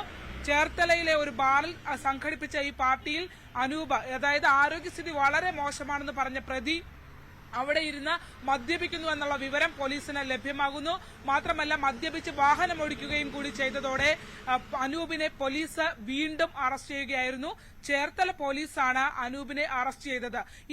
അതായത് അവിടെ നിന്ന് കണ്ടെത്തിയ അനൂപിനൊപ്പം തന്നെ ഈ കേസുമായി ബന്ധപ്പെട്ട് തന്നെ മറ്റാളുകളെയും പോലീസിന് സംശയിക്കുന്ന ആളുകളും അനൂപിനൊപ്പം ഉണ്ടായിരുന്നു എന്നുള്ളതാണ്. അതായത് ആലപ്പുഴയിൽ ഈ കഞ്ഞിക്കുഴി കേന്ദ്രീകരിച്ച് സാജു എന്ന വ്യക്തിയെ ഈ കേസുമായി ബന്ധപ്പെട്ട് ആദ്യം മാരാരിക്കുളം പോലീസ് ചോദ്യം ചെയ്തിരുന്നു. ഈ ജാമ്യത്തിലിറങ്ങിയ ശേഷം സാജുവുമൊത്താണ് അവിടെ ഈ ചേർത്തലയിലെ ബാറിൽ മദ്യപിച്ചിരുന്നത് എന്നുള്ളതാണ്. സാജുവിനൊപ്പം ബോബിൻ, ഒപ്പം തന്നെ ബിനീഷ് എന്ന രണ്ടുപേരും കൂടി ഇവരുടെ ഒപ്പം ഉണ്ടായിരുന്നു. അതായത് ജാമ്യത്തിൽ ഇറങ്ങിയതിന്റെ ആഘോഷമാണ് അവിടെ നടന്നത് എന്നുള്ളതാണ് അന്വേഷണ സംഘത്തിൽ നിന്ന് നമുക്ക് മനസ്സിലാക്കാൻ കഴിയുന്നത്. തുടർന്ന് പ്രതിയെ, ഈ അനൂപിനെ വീണ്ടും ചേർത്തല പോലീസ് അറസ്റ്റ് ചെയ്യുന്നു. അറസ്റ്റ് ചെയ്തതിനു ശേഷം ഇവരുടെ കൂട്ടത്തിൽ ഉണ്ടായിരുന്ന ഒരു വ്യക്തിയെ ഈ കേസുമായി ബന്ധപ്പെട്ട ഗൂഢാലോചനയിൽ പങ്കുണ്ടോ എന്ന് പോലീസ് സംശയിക്കുന്ന ആളാണ്. ബിനീഷിനെ ചോദ്യം ചെയ്യുന്നതിനായി പട്ടണക്കാട് SHOയുടെ നേതൃത്വത്തിലുള്ള അന്വേഷണ സംഘത്തിന് കൈമാറുകയും ചെയ്തിട്ടുണ്ട്. ഈ കേസിൽ പോലീസ് ഇപ്പോഴും ഉറച്ചു വിശ്വസിക്കുന്നത് ഈ എയർഗൺ അല്ല ഉപയോഗിച്ചിരുന്നത് എന്നുള്ളതാണ്, മറിച്ച് അത് യഥാർത്ഥ തോക്കായിരുന്നു എന്നുള്ളതാണ്. അതിനുവേണ്ടിയുള്ള അന്വേഷണം നടക്കുന്നതിനിടയിലാണ് ഈ CPM നേതാക്കന്മാർക്ക് കൃത്യമായി പങ്കുണ്ടെന്ന് പറയുന്ന കേസിൽ ഈ ഇത്തരത്തിലൊരു മദ്യപാന ആഘോഷം ആ സംഭവം നടന്ന ചേർത്തലയിൽ വെച്ച് തന്നെ നടന്നിട്ടുള്ളത്. ഈ കേസിൽ കഞ്ഞിക്കുഴി ഏരിയ സെക്രട്ടറി രാധാകൃഷ്ണനെയും ഒപ്പം തന്നെ ലോക്കൽ കമ്മിറ്റി സെക്രട്ടറി ഹെബിൻ ദാസിനെയും കഴിഞ്ഞ ദിവസം ചോദ്യം ചെയ്തിരുന്നു. പ്രതികൾ, അതായത് ഈ കേസിൽ പിടിക്കപ്പെട്ട പ്രതികൾ CPM നേതാക്കന്മാരുടെ ബിനാമികളാണ് എന്നാണ് പോലീസ് സംശയിക്കുന്നത്. ശരി, ശരണ്യ സ്നേഹജനാണ് വിവരങ്ങൾ നൽകിയത്. സംസ്ഥാനത്ത് 6 ജില്ലകളിൽ ഓറഞ്ച് അലർട്ട് പ്രഖ്യാപിച്ചു. ഇടുക്കി, തൃശൂർ, പാലക്കാട്, മലപ്പുറം, കോഴിക്കോട്, വയനാട് ജില്ലകളിലാണ് തീവ്ര മഴ മുന്നറിയിപ്പുള്ളത്.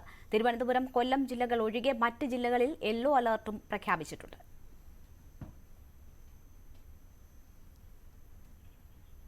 സംസ്ഥാനത്ത് കനത്ത മഴയിലും ഉരുൾപൊട്ടലിലും വ്യാപക നാശനഷ്ടമുണ്ടായി. തൃശൂർ നഗരത്തിൽ വടക്കേ സ്റ്റാൻഡിന് സമീപം വെള്ളക്കെട്ട് രൂപപ്പെട്ടു.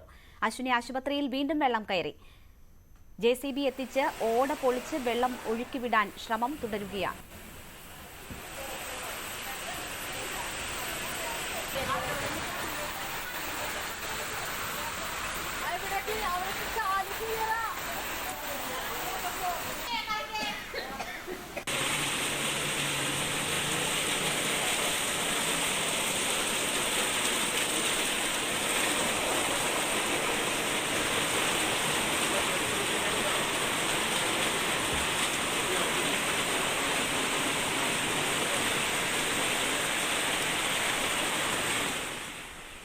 കനത്ത മഴയിൽ ഗുരുവായൂർ മമ്മിയൂർ ക്ഷേത്ര നടയിലെ റോഡും ഷോപ്പുകളും വെള്ളം കയറി.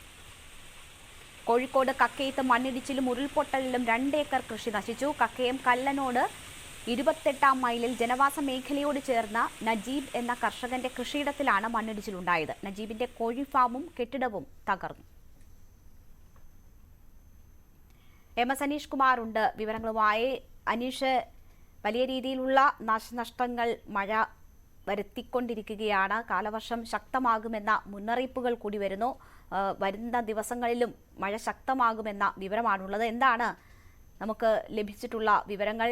ഏറ്റവും കൂടുതൽ നാശനഷ്ടങ്ങൾ റിപ്പോർട്ട് ചെയ്തിട്ടുള്ള ഭാഗങ്ങൾ ഏതൊക്കെയാണ്?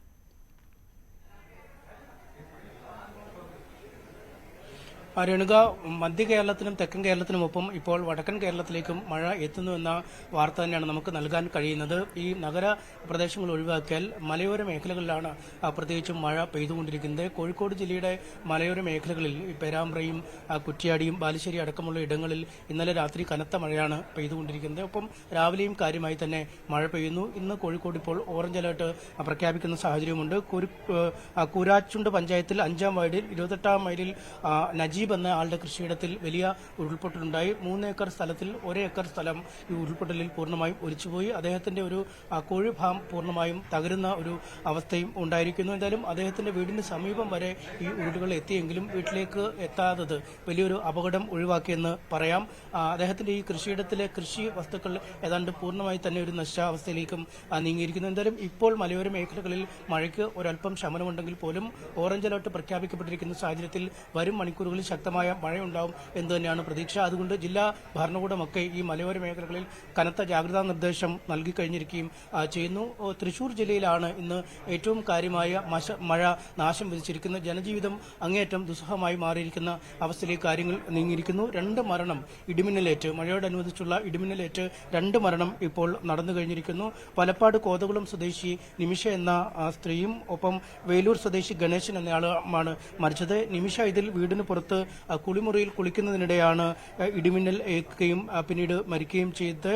ഈ വേലൂർ കുറുമാൽ പള്ളിക്ക് സമീപമാണ് ഈ ഗണേഷ് എന്നയാൾ താമസിക്കുന്നത്. അദ്ദേഹത്തിന് 50 വയസ്സായിരുന്നു. വീടിന്റെ സമീപത്ത് തന്നെ നിൽക്കുമ്പോൾ ഇടിമിന്നൽ ഏൽക്കുകയും പിന്നീട് ആശുപത്രിയിലേക്ക് എത്തിച്ചെങ്കിലും ജീവൻ രക്ഷിക്കാൻ കഴിഞ്ഞില്ല. അടുത്ത 24 മണിക്കൂറിൽ കനത്ത മഴ തന്നെ ഒറ്റപ്പെട്ടയിടങ്ങളിൽ പെയ്യുമെന്ന ഒരു കാലാവസ്ഥാ മുന്നറിയിപ്പാണ് തൃശൂർ ജില്ലയിൽ ഉള്ളത്. വടക്കേ സ്റ്റാൻഡിന് സമീപം വലിയ വെള്ളക്കെട്ട് ഇപ്പോൾ രൂപപ്പെട്ടിരിക്കുന്ന ഒരു സാഹചര്യം. ഇടറോഡുകൾ ഉൾപ്പെടെയുള്ള ഇടങ്ങളിൽ വെള്ളക്കെട്ട് നിലനിൽക്കുന്നു. ഒപ്പം ഈ മേഖലകളിൽ വീടുകളിലേക്കും വെള്ളം കയറി തുടങ്ങിയിരിക്കുന്ന ഒരു സാഹചര്യമുണ്ട്. ഒപ്പം ഈ അശ്വിനി ആശുപത്രിയിൽ കഴിഞ്ഞ ദിവസവും മഴ പെയ്തപ്പോൾ വലിയ വെള്ളക്കെട്ടാണ് അശ്വിനി ആശുപത്രിയിൽ രൂപപ്പെട്ടത്. ഇന്നും ആശുപത്രിയിൽ വലിയ വെള്ളക്കെട്ട്, ആശുപത്രിക്കുള്ളിലേക്ക് വെള്ളം കയറി കാഷ്വാലിറ്റിയുടെ അടക്കം പ്രവർത്തനം തടസ്സപ്പെടുന്ന അവസ്ഥയിലേക്ക് കാര്യങ്ങൾ നീക്കുന്നു. വെള്ളക്കെട്ട് ഒഴിവാക്കുന്നതിനായി ഓട പൊളിക്കുന്ന അടക്കമുള്ള കാര്യങ്ങളിലേക്ക് അധികൃതർ കടന്നിരിക്കുകയും ചെയ്യുന്നു. ഒപ്പം ഈ തൃശൂർ സിറ്റി പോസ്റ്റ് ഓഫീസിലും വെള്ളം കയറിയിരിക്കുന്നുണ്ട്. വടക്കേച്ചിറയിലുള്ള പോസ്റ്റ് ഓഫീസിലാണ് വെള്ളം കയറിയിരിക്കുന്നത്. ഒരാഴ്ചക്കിടെ 2ാം തവണയാണ് ഈ അശ്വിനി ആശുപത്രിയിലെ പോലെ തന്നെ 2ാം തവണയാണ് ഇവിടേക്കും വെള്ളം കയറിയിരിക്കുന്നത്. എന്തായാലും വെള്ളക്കെട്ട് മൂലം ഇവിടുത്തെ പ്രവർത്തനങ്ങളും അങ്ങേയറ്റം താറുമാറായ ഒരു അവസ്ഥയിലുണ്ട്. എന്തായാലും നഗരത്തിലെ ഈ വെള്ളക്കെട്ട് വലിയ ജനരോക്ഷം ക്ഷണിച്ചു വരുത്തുന്ന ഒരു സാഹചര്യമുണ്ട്. അതുകൊണ്ട് ഇത്തരമൊരു സാഹചര്യത്തിൽ ഈ തൃശൂർ മേയർ ഈ പൊതുമരാമത്ത് വകുപ്പിനെതിരെ രംഗത്ത് വരുന്ന ഒരു കാഴ്ചയുമുണ്ട്. ഈ പൊതുമരാമത്ത് വകുപ്പ് സമയബന്ധിതമായി നടപടിക്രമങ്ങൾ, നിർമ്മാണ പ്രവർത്തനങ്ങൾ എന്നിവ പൂർത്തിയാക്കാത്തതുകൊണ്ട് തന്നെ ഈ വെള്ളക്കെട്ടിന്റെ പഴി കോർപ്പറേഷൻ കേൾക്കേണ്ട അവസ്ഥയിലേക്ക് കാര്യങ്ങൾ എത്തിയിരിക്കുന്നുവെന്നും അദ്ദേഹം വിമർശിക്കുകയും ചെയ്തു. എന്തായാലും ഇക്കാര്യങ്ങൾ PWD മന്ത്രിയെ അറിയിക്കുമെന്നും അദ്ദേഹം അറിയിക്കുന്നു. അടുത്ത ഏതാനും മണിക്കൂറുകളിലും കാര്യമായി തന്നെ മഴ തൃശൂരിൽ പെയ്യുമെന്ന മുന്നറിയിപ്പുകളുണ്ട്. അതുകൊണ്ട് തന്നെ കൂടുതൽ ജാഗ്രത ഈ മേഖലകളിൽ പുലർത്തുമെന്നാണ് അധികൃതർ വ്യക്തമാക്കുന്നത്. രേണുക, ശരി. MS അനീഷ് കുമാറാണ് വിവരങ്ങൾ നൽകിയത്.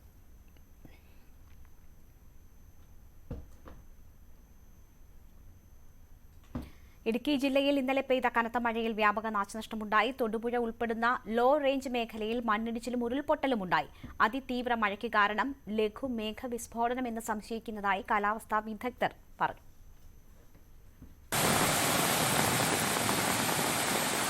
കാലവർഷാരംഭത്തിൽ തന്നെ ഇടുക്കി ജില്ലയിൽ പെയ്ത മഴയിലുണ്ടായത് വ്യാപക നാശനഷ്ടമാണ്. ജില്ലയുടെ ലോ റേഞ്ച് മേഖലയിൽ ഉൾപ്പെടെ പലയിടത്തും മണ്ണിടിച്ചിലും ഉരുൾപൊട്ടലുമുണ്ടായി. ഇന്നലെ ഉച്ചയ്ക്ക് ശേഷമാണ് പലയിടത്തും കനത്ത മഴ പെയ്തിറങ്ങിയത്. മഴയ്ക്കൊപ്പം ശക്തമായ ഇടിമിന്നലുമുണ്ടായി. തൊടുപുഴ പുളിയന്മല സംസ്ഥാന പാതയിൽ കരിപ്പലങ്ങാടിന് സമീപം പലയിടത്തും മണ്ണിടിഞ്ഞു. 5ലധികം വാഹനങ്ങളുടെ പുറത്തേക്കാണ് മണ്ണിടിഞ്ഞു വീണത്. ഇതിൽ 2 വാഹനങ്ങൾക്ക് സാരമായ കേടുപാടുകളുണ്ടായി. തലനാരിഴയ്ക്കാണ് വൻ ദുരന്തം ഒഴിവായത്. ഉച്ചയ്ക്ക് 1 മണി മുതൽ തുടങ്ങിയ മഴയാണ്. നിർത്താതെ നല്ല ശക്തമായ ഇടിയും മിന്നലും ഉണ്ടായിരുന്നു. അതാണ് തുടക്കം. അതിനൊരു 5:30 കഴിഞ്ഞപ്പോഴത്തേക്കും ആണ് ഇവിടെ ഇടിയുന്നത്. 2 ഘട്ടമായിട്ടാണ് ഇവിടെ ഇടിഞ്ഞത്. കരിപ്പലങ്ങാട് ഭാഗത്ത് വീടിന് മുകളിലേക്ക് മണ്ണിടിഞ്ഞു വീണെങ്കിലും വീടിനുള്ളിലുണ്ടായിരുന്ന യുവതി അത്ഭുതകരമായി രക്ഷപ്പെട്ടു. പൂച്ചപ്രഭാഗത്തും ഉരുൾപൊട്ടലുണ്ടായി. ഹെക്ടർ കണക്കിന് കൃഷിഭൂമിയാണ് ഇവിടെ ഒലിച്ചുപോയത്. ഇവിടുന്ന് അതിനൊരു ഇടിഞ്ഞ് താഴത്തേക്ക് പിന്നെ താഴെ ഒരു വീടിന്റെ ഒരു പകുതി ഭാഗം പോയിട്ടുണ്ട്. മൂലമറ്റം താഴ്വാരം കോളനി ഭാഗത്ത് ശക്തമായ വെള്ളപ്പാച്ചിലുണ്ടായി. പലയിടത്തും മരങ്ങൾ കടപുഴകി വീണും വൈദ്യുതി പോസ്റ്റുകൾ ഒടിഞ്ഞു വീണും ഗതാഗതവും വൈദ്യുതിയും താറുമാറായിട്ടുണ്ട്. മണ്ണിടിച്ചിലിനെ തുടർന്ന് ഇന്നലെ രാത്രിയോടെ അടച്ച തൊടുപുഴ പുളിയന്മല സംസ്ഥാനപാത ഇന്ന് രാവിലെ ഭാഗികമായി തുറന്നു. മലങ്കര അണക്കെട്ടിന്റെ 5 ഷട്ടറുകൾ ഉയർത്തി ജലം പുറത്തേക്ക് ഒഴുക്കുന്നുണ്ട്. അതിനാൽ തന്നെ തൊടുപുഴ മൂവാറ്റുപുഴ ആറുകളുടെ ഇരുകരകളിലുമുള്ളവർ ജാഗ്രത പാലിക്കണമെന്ന് ജില്ലാ ഭരണകൂടം അറിയിച്ചു. ന്യൂസ് 18 ഇടുക്കി. തിരുവനന്തപുരത്തും നാശനഷ്ടങ്ങൾ റിപ്പോർട്ട് ചെയ്തു. ശംഖുമുഖത്ത് വള്ളം മറിഞ്ഞ ഒരാളെ കാണാതായി. വിഴിഞ്ഞത്തേക്ക് പോയ വള്ളത്തിലുണ്ടായിരുന്ന മത്സ്യത്തൊഴിലാളി മഹേഷിനെയാണ് കാണാതായത്. ഒപ്പമുണ്ടായിരുന്ന ഒരാൾ രക്ഷപ്പെട്ടു. രാവിലെ 7:30ഓടെയായിരുന്നു അപകടം. രക്ഷാപ്രവർത്തനത്തിനായി കോസ്റ്റൽ പോലീസ് സ്ഥലത്തെത്താൻ വൈകിയെന്ന് ആക്ഷേപമുണ്ട്.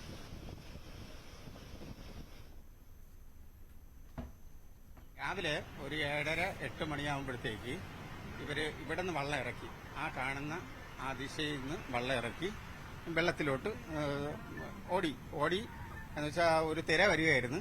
അപ്പോഴത്തേക്ക് ആ തിരയിൽപ്പെട്ട് വള്ളം മറിഞ്ഞു. ആ വള്ളത്തിൽ 2 പേരുണ്ടായിരുന്നു. അപ്പം വള്ളം മറിഞ്ഞ് വള്ളം ദൂരെ പോയി. ഇവർ 2 പേരും കുറച്ച് നീന്തി വന്നപ്പോഴത്തേക്ക് വീണ്ടും ഒരു തിര വന്നു. തിര വന്നപ്പോഴത്തേക്ക് 2 പേരും താന്നുപോയി. അതിൽ ഒരാൾ മാത്രമേ പൊങ്ങി വന്നുള്ളൂ, ഒരാൾ വന്നിട്ടില്ല. ഇതാണ് രാവിലെ ഇവിടെ നടന്നത്.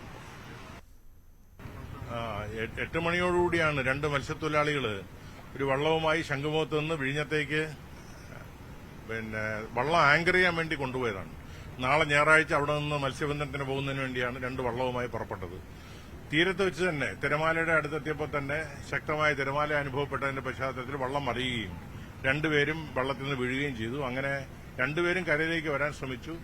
അതിൽ ഒരാളാണ് കാണാതായിരിക്കുന്നത്. വിഴിഞ്ഞം പനത്തുരയിൽ കടൽഭിത്തി തകരുന്നു. ദീർഘകാലമായി നവീകരണ പ്രവർത്തനങ്ങൾ നടക്കാത്തതിനാലാണ് ഇങ്ങനെ സംഭവിച്ചതെന്ന് പ്രദേശവാസികൾ പറയുന്നു.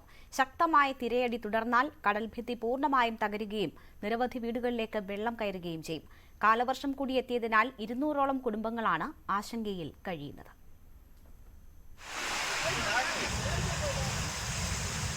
ശക്തമായ തിരയടി പനത്തുര നിവാസികളെ തള്ളിയിടുന്നത് കൊടും ഭീതിയിലേക്ക്. ഇനിയൊരു കടൽക്ഷോഭത്തെ പ്രതിരോധിക്കാൻ ഇവിടുത്തെ കടൽഭിത്തിക്ക് ശേഷിയില്ലെന്ന് ഇവർ പറയുന്നു. കഴിഞ്ഞ ദിവസം രാത്രിയോടെ ശക്തമായ തിരയടിയിൽ കടൽഭിത്തിയിലെ പകുതിയിലധികവും കല്ലുകളും ഇളകിത്തെറിച്ചു. ഇനി ഒരു വരി കല്ല് മാത്രമാണ് അവശേഷിക്കുന്നത്. ഞങ്ങൾക്ക് കിടക്കാൻ നിവർത്തിയില്ല. വീട് അതുപോലെ അതാണ്. എല്ലാം പൊട്ടി അകത്തൂടെ വെള്ളം കയറി ഞങ്ങൾ ഇരുന്ന് നേരം വെളുപ്പിക്കുക. ഈ കടൽ ഇനി വന്ന ഇന്നലെ ആണെങ്കിൽ ഇവിടെ കായൽ കിടന്ന പോലെ കിടന്നു. അത്രയും അറ്റി അങ്ങ് പോയി. കല്ലുകളൊക്കെ അത് അത്രയും ഇടിഞ്ഞ് ചരിഞ്ഞ് ഒക്കെ വീണ് കിടക്കണം. ആരെ കൊണ്ട് സാധിക്കും കടലിൽ അടിച്ച് നിർത്താൻ? എന്ത് ചെയ്യാൻ? നമ്മളെ ജീവിതം എങ്ങനെയാണ് പോയി. 8 വർഷങ്ങൾക്ക് മുമ്പ് ആധുനിക രീതിയിലുള്ള കടൽഭിത്തി പരീക്ഷണാടിസ്ഥാനത്തിൽ നിർമ്മിച്ചിരുന്നു. എന്നാൽ നവീകരണ പ്രവൃത്തികളൊന്നും നടത്താൻ അധികാരികൾ തയ്യാറാകാത്തതിനാൽ അതിൽ പകുതിയും തകർന്നു വീണു. ആഞ്ഞടിക്കുന്ന തിരകളെ ചെറുക്കാൻ കടൽഭിത്തി ഇല്ലാതായാൽ 200ഓളം വീടുകളിൽ കടൽ വെള്ളം നിറയും. നിലവിൽ കാൽനട പോലും ദുഷ്കരമായ അവസ്ഥയിലാണ്. കാലവർഷം എത്തിയതിനാൽ കലിതുള്ളി മഴയെത്തിയാൽ എന്തു ചെയ്യുമെന്ന ഭീതിയിലാണ് മത്സ്യത്തൊഴിലാളികൾ. ന്യൂസ് 18 തിരുവനന്തപുരം. എറണാകുളം ഇടപ്പള്ളിയിലെയും കളമശ്ശേരിയിലെയും വെള്ളക്കെട്ടിൽ CPM-ഉം കോൺഗ്രസും തമ്മിൽ രാഷ്ട്രീയ പോരുമുറുകുന്നു. കളമശ്ശേരി നഗരസഭയിലേക്ക് ഇന്നലെ CPM മാർച്ച് നടത്തിയതിന് പിന്നാലെ ഇന്ന് കൊച്ചി കോർപ്പറേഷന് മുന്നിൽ കോൺഗ്രസ് പ്രതിഷേധിച്ചു. കളമശ്ശേരിയിലെ വെള്ളക്കെട്ടിന് ഉത്തരവാദി നഗരസഭയാണെന്ന് CPM പറയുമ്പോൾ നടപടിയെടുക്കുന്നതിൽ സ്ഥലം MLA കൂടിയായ മന്ത്രി P. രാജീവ് പരാജയപ്പെട്ടുവെന്നാണ് കോൺഗ്രസിന്റെ ആരോപണം. കാലവർഷം ഒരു ഭാഗത്ത് വളരെ ശക്തി ആർജിക്കുമ്പോൾ ജനങ്ങളുടെ ദുരിതങ്ങൾ വർദ്ധിക്കുന്നു. അതോടൊപ്പം തന്നെയാണ് എറണാകുളം ജില്ലയിലേക്ക് വരുമ്പോൾ ഇതിനൊപ്പം രാഷ്ട്രീയപരമായ വിവാദങ്ങളും ശക്തി പ്രാപിക്കുകയാണ്. ആരാണ് ഈ വെള്ളക്കെട്ടിന് ഉത്തരവാദി എന്ന രീതിയിലുള്ള ചർച്ചകളാണ് CPM-ഉം കോൺഗ്രസും നടത്തുന്നത്. ഈ മഴക്കെടുതികളിലേക്ക് വരികയാണെങ്കിൽ കളമശ്ശേരിയിലും തൃക്കാക്കരയിലും ഇടപ്പള്ളിയിലും ആലുവയിലെ താഴ്ന്ന പ്രദേശങ്ങളിലും എല്ലാം തന്നെ വെള്ളക്കെട്ട് നിത്യേനയുള്ള സാധാരണ സംഭവമായി തന്നെ മാറിക്കഴിഞ്ഞിരിക്കുന്നു. 5ഓളം ദുരിതാശ്വാസ ക്യാമ്പുകൾ തുറന്നിരിക്കുന്നു. മഴയുടെ ഇടവേളകളിൽ വീടുകളിലേക്ക് തിരിച്ചെത്തുന്നവർ ശുചീകരണം പൂർത്തിയാക്കുമ്പോൾ അടുത്ത മഴയത്തും ഇത് വീണ്ടും അവരെ പഴയതുപോലെ തന്നെ ക്യാമ്പുകളിലേക്കും പിന്നീട് ശുചീകരിക്കാൻ തിരിച്ചെത്തുന്ന ഒരവസ്ഥ. വല്ലാത്തൊരു ദുരിതത്തിലൂടെ അവർ കടന്നു പോവുകയാണ്. ഇതിന് പരിഹാരം എന്താ എന്ന രീതിയിൽ പല ചർച്ചകളും തുടങ്ങുന്നു. ഇടപ്പള്ളി തോടടക്കം നവീകരിക്കുവാനുള്ള പദ്ധതികളിലേക്ക്, ശുചിയാക്കാനുള്ള പദ്ധതികളിലേക്ക് പോകുന്നു. പക്ഷേ അതൊന്നും പെട്ടെന്ന് പ്രാവർത്തികമായി ഈ ദുരിതം പെട്ടെന്ന് ഒഴിയുന്നൊരവസ്ഥയിലേക്കല്ല. ഇതിനിടയിലാണ് രാഷ്ട്രീയപരമായ വലിയ വിവാദങ്ങളും ചർച്ചകളും എല്ലാം തന്നെ ഇതോടൊപ്പം തന്നെ ഉയരുകയും ചെയ്യുന്നത്. കളമശ്ശേരിയിൽ വെള്ളക്കെട്ടിന് കാരണം അവിടുത്തെ നഗരസഭാ ഭരണമാണെന്ന് പി രാജീവ് തന്നെ ഒരു പൊതുയോഗത്തിൽ പറഞ്ഞു. അത് വലിയ പ്രതിഷേധത്തിലേക്ക് തന്നെ കാര്യങ്ങൾ നയിക്കുകയും ചെയ്തു. ഇതിന് മറുപടിയായി പിറ്റേന്ന് തന്നെ മന്ത്രി പി രാജീവിൻ്റെ ഓഫീസിലേക്ക് കോൺഗ്രസ് മാർച്ച് നടത്തി. സ്ഥലം MLA ആണ്, ജില്ലയുടെ ചുമതലയുണ്ട്, എങ്കിൽ കൂടിയും ഇദ്ദേഹം ഒരു കാര്യത്തിലും ഇടപെടുന്നില്ല എന്നതാണ് കോൺഗ്രസിൻ്റെ ഒരു ആക്ഷേപമായിട്ട് പറയുന്നത്. വെള്ളക്കെട്ട് ഇല്ലാതാക്കാനുള്ള നടപടികളിലേക്ക് ജില്ലയിലോ അതോട് കളമശ്ശേരിയിലോ കൊച്ചിയിലോ അത് കൈക്കൊള്ളുന്നില്ല എന്നതാണ് ഒരു ആക്ഷേപം. ഈ മാർച്ചിന് മറുപടിയായി CPM കളമശ്ശേരി നഗരസഭയിലേക്ക് മാർച്ച് നടത്തിയാണ് ഉത്തരം കൊടുത്തത്. ഇന്ന് ഇപ്പോൾ കൊച്ചിൻ കോർപ്പറേഷൻ്റെ ഓഫീസിന് മുന്നിലേക്ക് കോൺഗ്രസ് മാർച്ച് നടത്തുന്നു. കൊച്ചിയിൽ വ്യാപകമായ വെള്ളക്കെട്ടിന് കാരണം നഗരസഭയുടെ പിടിപ്പുകേടും പദ്ധതികൾ കൃത്യമായി നടപ്പാക്കാൻ കഴിയാത്ത സംസ്ഥാന സർക്കാരിൻ്റെ പിടിപ്പുകേടുമാണെന്നാണ് സ്ഥലം MLA കൂടിയായ TJ Vinod, Ernakulam MLA TJ വിനോദും അതോടൊപ്പം തന്നെ ഹൈബി ഈഡൻ സിറ്റിംഗ് MPയും ആക്ഷേപിക്കുന്നത്. റവന്യൂ ജനറേറ്റ് ചെയ്യുന്ന ഒരു നഗരത്തിന് അതിന് പര്യാപ്തമായ യാതൊരു കാര്യവും നൽകാൻ സർക്കാർ തയ്യാറായിട്ടില്ല എന്നുള്ളതും ഒരു ശ്രദ്ധേയമായ കാര്യമാണ്. നഗരസഭ ഇപ്പോൾ സ്മാർട്ട് സിറ്റിയുടെ പണം കൊണ്ട് മാത്രം ഇത് തട്ടിക്കൂട്ടി മുന്നോട്ട് കൊണ്ടുപോയിക്കൊണ്ടിരിക്കുക. ഇത് ഒരു വാർഡിൽ നിന്ന് മറ്റൊരു വാർഡിലേക്ക് വെള്ളം നീക്കുക എന്നുള്ളതല്ല, മറിച്ച് എറണാകുളത്തിന്റെ സമഗ്രമായ വാട്ടർ ലോഗിംഗ് സിസ്റ്റം എങ്ങനെ മാറ്റാൻ സാധിക്കുമെന്നുള്ള ഒരു ആശയത്തിന്റെ അടിസ്ഥാനത്തിൽ മുന്നോട്ട് പോകണം. പ്രീ മൺസൂൺ വർക്കുകൾ ഈ സീസണിൽ കോർപ്പറേഷന്റെ ഭാഗത്തു നിന്ന് ഗുരുതരമായ വീഴ്ച ഉണ്ടായി എന്നുള്ളത് മന്ത്രി തന്നെ സംഭവിച്ചിട്ടുള്ളതാണ്. അത് ഈ നഗരത്തിലെ ഗുരുതരമായ വെള്ളക്കെട്ടിലേക്ക് മാറ്റി എന്നുള്ളൊരു പരമാർത്ഥമാണ്. രണ്ടാമത്തെ വിഷയം, നമുക്കറിയാം ദീർഘകാല പദ്ധതി എന്നുള്ള നിലയിൽ ഇവിടെ 6 കനാലുകളുടെ നിർമ്മാണത്തെ സംബന്ധിച്ചൊരു പദ്ധതി ആവിഷ്കരിച്ചിട്ടുണ്ട്. 1500 കോടി രൂപയുടെ പദ്ധതിയാണ്. കനാലുകളുടെ വീതി 6 മീറ്ററായി വർദ്ധിപ്പിച്ച് നീരൊഴുക്ക് സുഗമമാക്കി നീരൊഴുക്ക് സുഗമമാക്കുക എന്നുള്ളൊരു വലിയ പദ്ധതിയാണ്. ആ പദ്ധതി ആവിഷ്കരിക്കുകയും അത് നടപ്പാക്കുമെന്ന് മുഖ്യമന്ത്രി പ്രഖ്യാപിക്കുകയും ചെയ്തുവെങ്കിലും നാളിതുവരെ അതിനുവേണ്ടിയുള്ള ഒരു നടപടിയും സ്വീകരിച്ചിട്ടില്ല എന്നുള്ളതാണ് യാഥാർത്ഥ്യം. നഗരസഭയുടെ കെടുകാര്യസ്ഥത ആരോപിച്ചുകൊണ്ടാണ് ഇന്ന് DCCയുടെ നേതൃത്വത്തിൽ കൊച്ചിൻ കോർപ്പറേഷന് മുന്നിൽ ധർണ സംഘടിപ്പിച്ചത്. വിവിധ തദ്ദേശ സ്ഥാപനങ്ങളിലെ ജനപ്രതിനിധികളടക്കം ഇതിൽ പങ്കെടുക്കുകയും ചെയ്തു. ഇതിലൊരു പരിഹാരമായില്ലെങ്കിൽ വരും ദിവസങ്ങളിലും വലിയ രീതിയിൽ സമരം സംഘടിപ്പിച്ച് മുന്നോട്ട് പോകാൻ തന്നെയാണ് കോൺഗ്രസും UDFും എല്ലാം തീരുമാനിച്ചിരിക്കുന്നത്. ഇതൊരു രാഷ്ട്രീയ വിഷയമായി ഉയരുമ്പോഴും ഇതിൽ പ്രതിവിധികൾ എന്ത് എന്നത് സംബന്ധിച്ച് ക്രിയാത്മകമായ ഒരു ചർച്ചകളിലേക്ക് ആരും നീങ്ങുന്നില്ല എന്നതാണ് ഇതിലൊരു വസ്തുത എന്ന് പറയുന്നത്. ശുചീകരണ പ്രവർത്തനങ്ങൾ നടത്തുന്ന നാട്ടുകാർ അവർ വീടുകളിലേക്ക് മടങ്ങാൻ കഴിയാത്തൊരവസ്ഥയിലേക്ക് മഴ കനക്കുമ്പോൾ അവരുടെ ബുദ്ധിമുട്ട് കനക്കുന്നു. കാലവർഷം വരും ദിവസങ്ങളിൽ ശക്തി പ്രാപിക്കുമെന്ന മുന്നറിയിപ്പുണ്ട്. ഇതിനിടയിലുള്ള ഈ വാക്പോര് വിവാദങ്ങൾ അവസാനിപ്പിച്ചുകൊണ്ട് ക്രിയാത്മകമായ നടപടികളിലേക്ക് എല്ലാവരും തിരിയണമെന്നൊരു അഭ്യർത്ഥനയാണ് ജനങ്ങളുടെ ഭാഗത്തു നിന്നും ഉയരുന്നത്. കൊച്ചിയിൽ നിന്ന് ക്യാമറമാൻ മനോജിനൊപ്പം ഡാനി പോൾ, ന്യൂസ് 18. ഇപ്പോൾ കിട്ടുന്ന പ്രധാന വാർത്ത, സംസ്ഥാനത്ത് അതിതീവ്ര മഴയ്ക്കുള്ള മുന്നറിയിപ്പാണ് വരുന്നത്. 3 ജില്ലകളിൽ റെഡ് അലർട്ട് പ്രഖ്യാപിച്ചിരിക്കുന്നു. MG മിഥുനുണ്ട് വാർത്തയുടെ വിവരങ്ങളുമായി. മിഥുൻ, മഴ അതിതീവ്ര മഴയ്ക്ക് സാധ്യതയാണ് പ്രവചിക്കപ്പെടുന്നത്. മാത്രവുമല്ല അത് വടക്കൻ കേരളത്തിലായിരിക്കും എന്ന വിവരങ്ങൾ കൂടി വരുന്നു. മലപ്പുറം, കോഴിക്കോട് ഉൾപ്പെടെയുള്ള ജില്ലകളിലാണ് റെഡ് അലർട്ട് പ്രഖ്യാപിച്ചിരിക്കുന്നത്. എന്തൊക്കെയാണ് മുന്നറിയിപ്പ്? രേണുക, തൃശൂർ, മലപ്പുറം, കോഴിക്കോട് തുടങ്ങിയ 3 ജില്ലകളിലാണ് അതിതീവ്ര മഴ മുന്നറിയിപ്പുള്ള റെഡ് അലർട്ട് പ്രഖ്യാപിക്കുകയും ചെയ്തിരിക്കുന്നത്. മറ്റു 3 ജില്ലകളിൽ, അതായത് ഇടുക്കി, പാലക്കാട്, ഒപ്പം തന്നെ വയനാട് ജില്ലകളിൽ ഓറഞ്ച് അലർട്ട് പ്രഖ്യാപിക്കുകയും ചെയ്തിട്ടുണ്ട്. രാവിലെ പക്ഷേ ഈ മേഖലകളിലൊക്കെ തന്നെ, ഈ ജില്ലകളിലൊക്കെ തന്നെ യെല്ലോ അലർട്ടായിരുന്നു പ്രഖ്യാപിച്ചിരുന്നുവെങ്കിൽ പിന്നീട് അവിടെ സ്ഥിതിവിശേഷം മാറുകയായിരുന്നു. വലിയ രൂക്ഷമായ മഴ, അതിതീവ്രമായ മഴ ഈ മേഖലകളിലൊക്കെ പെയ്യുന്നു. തൃശ്ശൂർ പലയിടത്തും ഉരുൾപൊട്ടലുണ്ടാകുന്നു. 2 പേർ ഇടിമിന്നലേറ്റ് മരിക്കുന്ന ഒരു സ്ഥിതിവിശേഷമുണ്ടായി. അത്തരത്തിൽ അതിരൂക്ഷമായ മഴ വടക്കൻ കേരളത്തെ സംബന്ധിച്ചുണ്ടാകുന്നു എന്നുള്ളത് തന്നെയാണ് എന്തായാലും മഴ മുന്നറിയിപ്പിൽ 1 മണിയോടുകൂടി വന്നപ്പോൾ 6 ജില്ലകളിൽ ഓറഞ്ച് അലേർട്ടായിരുന്നു പ്രഖ്യാപിച്ചെങ്കിൽ ഇപ്പോൾ 1:30 വന്ന പുതിയ മുന്നറിയിപ്പിലാണ് ഇത്തരത്തിൽ 3 ജില്ലകളിൽ കൂടി റെഡ് അലേർട്ട് പ്രഖ്യാപിക്കുന്ന സാഹചര്യത്തിലേക്ക് വരികയും ചെയ്ത് 3 ജില്ലകൾ ഓറഞ്ച് അലേർട്ട് പ്രഖ്യാപിക്കുകയും ചെയ്തിട്ടുണ്ട്. ഈ മേഖലകളിലൊക്കെ തന്നെ രാവിലെ മുതൽ അതിശക്തമായ മഴ പെയ്യുന്നുണ്ട് എന്നുള്ളത് തന്നെയാണ്. ഒപ്പം തന്നെ യെല്ലോ അലേർട്ട് 4 ജില്ലകളിലാണ് പ്രഖ്യാപിച്ചിരിക്കുന്നത്. പത്തനംതിട്ട, ആലപ്പുഴ, കോട്ടയം, എറണാകുളം ജില്ലകളിൽ ഈ 4 ജില്ലകളിലാണ് യെല്ലോ അലേർട്ട് പ്രഖ്യാപിച്ചിരിക്കുന്നത്. കാര്യമായ മഴ ഇവിടെ രാവിലെ മുതൽ തന്നെ ഇടവിട്ട് പെയ്യുന്നുണ്ട് എന്നാണ് മനസ്സിലാക്കാൻ സാധിക്കുന്നത്. ഒപ്പം തന്നെ തിരുവനന്തപുരം, കൊല്ലം ജില്ലകളിൽ നിലവിൽ കാര്യമായ അലർട്ടുകളൊന്നും തന്നെ പ്രഖ്യാപിച്ചിട്ടില്ല. രാവിലെ മുതൽ തന്നെ ഒരു തെരിഞ്ഞ അന്തരീക്ഷം തന്നെയാണ് തിരുവനന്തപുരത്തെ സംബന്ധിച്ചുള്ളത്. ഒപ്പം തന്നെ രാവിലെ മലയോര മേഖലയിൽ മാത്രമാണ് ഇടവിട്ട് ചെറിയ രീതിയിൽ മഴ പെയ്തിട്ടുണ്ട് എന്നുള്ള റിപ്പോർട്ടുകൾ പുറത്തു വന്നത്. അതേസമയം ഈ തൃശൂർ, ഒപ്പം തന്നെ മലപ്പുറം, കോഴിക്കോട് ജില്ലകളിൽ, അതിൽ മലപ്പുറത്ത് നിലവിൽ അനിഷ്ട സംഭവങ്ങളൊന്നും തന്നെ റിപ്പോർട്ട് ചെയ്തിട്ടില്ല. പക്ഷേ അതിശക്തമായ മഴ തുടരുന്നു എന്നുള്ള വിവരങ്ങളാണ് അവിടെ നിന്ന് നമുക്ക് മനസ്സിലാക്കാൻ സാധിക്കുന്നത്. പക്ഷേ തൃശ്ശൂരിലെ കാര്യം ഞാൻ നേരത്തെ സൂചിപ്പിച്ച പോലെ പലയിടങ്ങളിലും ഉരുൾപൊട്ടലുണ്ടായി. കോഴിക്കോടും സമാനമായ സാഹചര്യം തന്നെയാണ്. ഉരുൾപൊട്ടലായി പല കൃഷിനാശം, പലയിടത്തും കൃഷിനാശം സംഭവിക്കുന്നു. 2 ഏക്കറോളം കൃഷി അത് ഒലിച്ചു പോകുന്ന തരത്തിൽ അത്രയും ഭയാനകരമായിട്ടുള്ള രീതിയിലേക്ക് കാര്യങ്ങൾ മാറുന്നു എന്നുള്ളത് തന്നെയാണ്. വരും മണിക്കൂറുകളിൽ അതിതീവ്ര മഴ പെയ്യാനുള്ള ഒരു മുന്നറിയിപ്പ് കൂടിയാണ് ഇപ്പോൾ പുറത്തുവിട്ടിരിക്കുന്നത്. തുടരുക മിഥുൻ. റിമാൽ ന്യൂനമർദ്ദമായി മാറിയതിനെ തുടർന്ന് മണിപ്പൂരിൽ പ്രളയം രൂക്ഷമായിട്ടുണ്ട്. ഇടമുറിയാതെ പെയ്ത മഴയിൽ സംസ്ഥാനത്തെ മിക്കയിടങ്ങളും വെള്ളത്തിനടിയിലായി. മിഥുൻ, അതിന്റെ വിവരങ്ങൾ കൂടി നമുക്ക് നൽകും. മിഥുൻ, വലിയ രീതിയിലുള്ള നാശനഷ്ടങ്ങൾ, ജീവനാശം ഉൾപ്പെടെ റിപ്പോർട്ട് ചെയ്യുന്നു എന്നതാണ് മനസ്സിലാക്കുന്നത്. എന്താണ് മണിപ്പൂരിലെ സാഹചര്യം ഇപ്പോൾ? രേണുക, വളരെ ദുഃഖകരമായ വാർത്തകൾ തന്നെയാണ് മണിപ്പൂർ കേന്ദ്രീകരിച്ച് വരുന്നത്. മണിപ്പൂരിൽ മാത്രമല്ല, നോർത്ത് ഈസ്റ്റിന്റെ പല ഭാഗത്തും ഈ റിമാലി ചുഴലിക്കാറ്റ് അതിതീവ്ര മഴയായി ന്യൂനമർദ്ദമായി മാറുകയും ഒപ്പം തന്നെ അതിശക്തമായ മഴയാണ് അവിടെ കഴിഞ്ഞ 3 ദിവസമായി പെയ്തുകൊണ്ടിരിക്കുന്നത്. ഇപ്പോഴും മഴയ്ക്കൊരു ശമനമില്ല എന്നുള്ളത് തന്നെയാണ്. ഇത് വലിയ രീതിയിൽ രക്ഷാപ്രവർത്തനത്തെ ബാധിക്കുകയും ചെയ്യുന്നുണ്ട്. നിലവിൽ 40-ലധികം പേർ മരണപ്പെട്ടിട്ടുണ്ട് എന്നാണ് ഔദ്യോഗിക കണക്കുകളിലൂടെ നമുക്ക് മനസ്സിലാക്കാൻ സാധിക്കുന്നത്. മണിപ്പൂരിലെ ഇംഫാലിലാണ്, തലസ്ഥാന നഗരിയിലാണ് ഏറ്റവും കൂടുതൽ ശക്തമായ മഴ ലഭ്യമാകുന്നത്. ഒപ്പം തന്നെ വലിയ രീതിയിൽ നാശനഷ്ടങ്ങൾ ഉണ്ടായിട്ടുള്ളത്. ഇതിനോടകം തന്നെ 2 ലക്ഷത്തിലധികം പേരെ ഇവിടെ നിന്ന് മാറ്റിപ്പാർപ്പിക്കേണ്ട ഒരു സ്ഥിതിവിശേഷം ഉണ്ടായിട്ടുണ്ട്. കൂടാതെ തന്നെ 25,000-ലധികം വീടുകൾ പൂർണ്ണമായും അവിടെ നശിച്ചു. ഒപ്പം തന്നെ ഭാഗികമായി പല വീടുകളും തകർന്ന ഒരു സാഹചര്യമുണ്ട്. പലയിടങ്ങളിലും വെള്ളക്കെട്ട് അതിരൂക്ഷമായി തന്നെ തുടരുകയാണ്.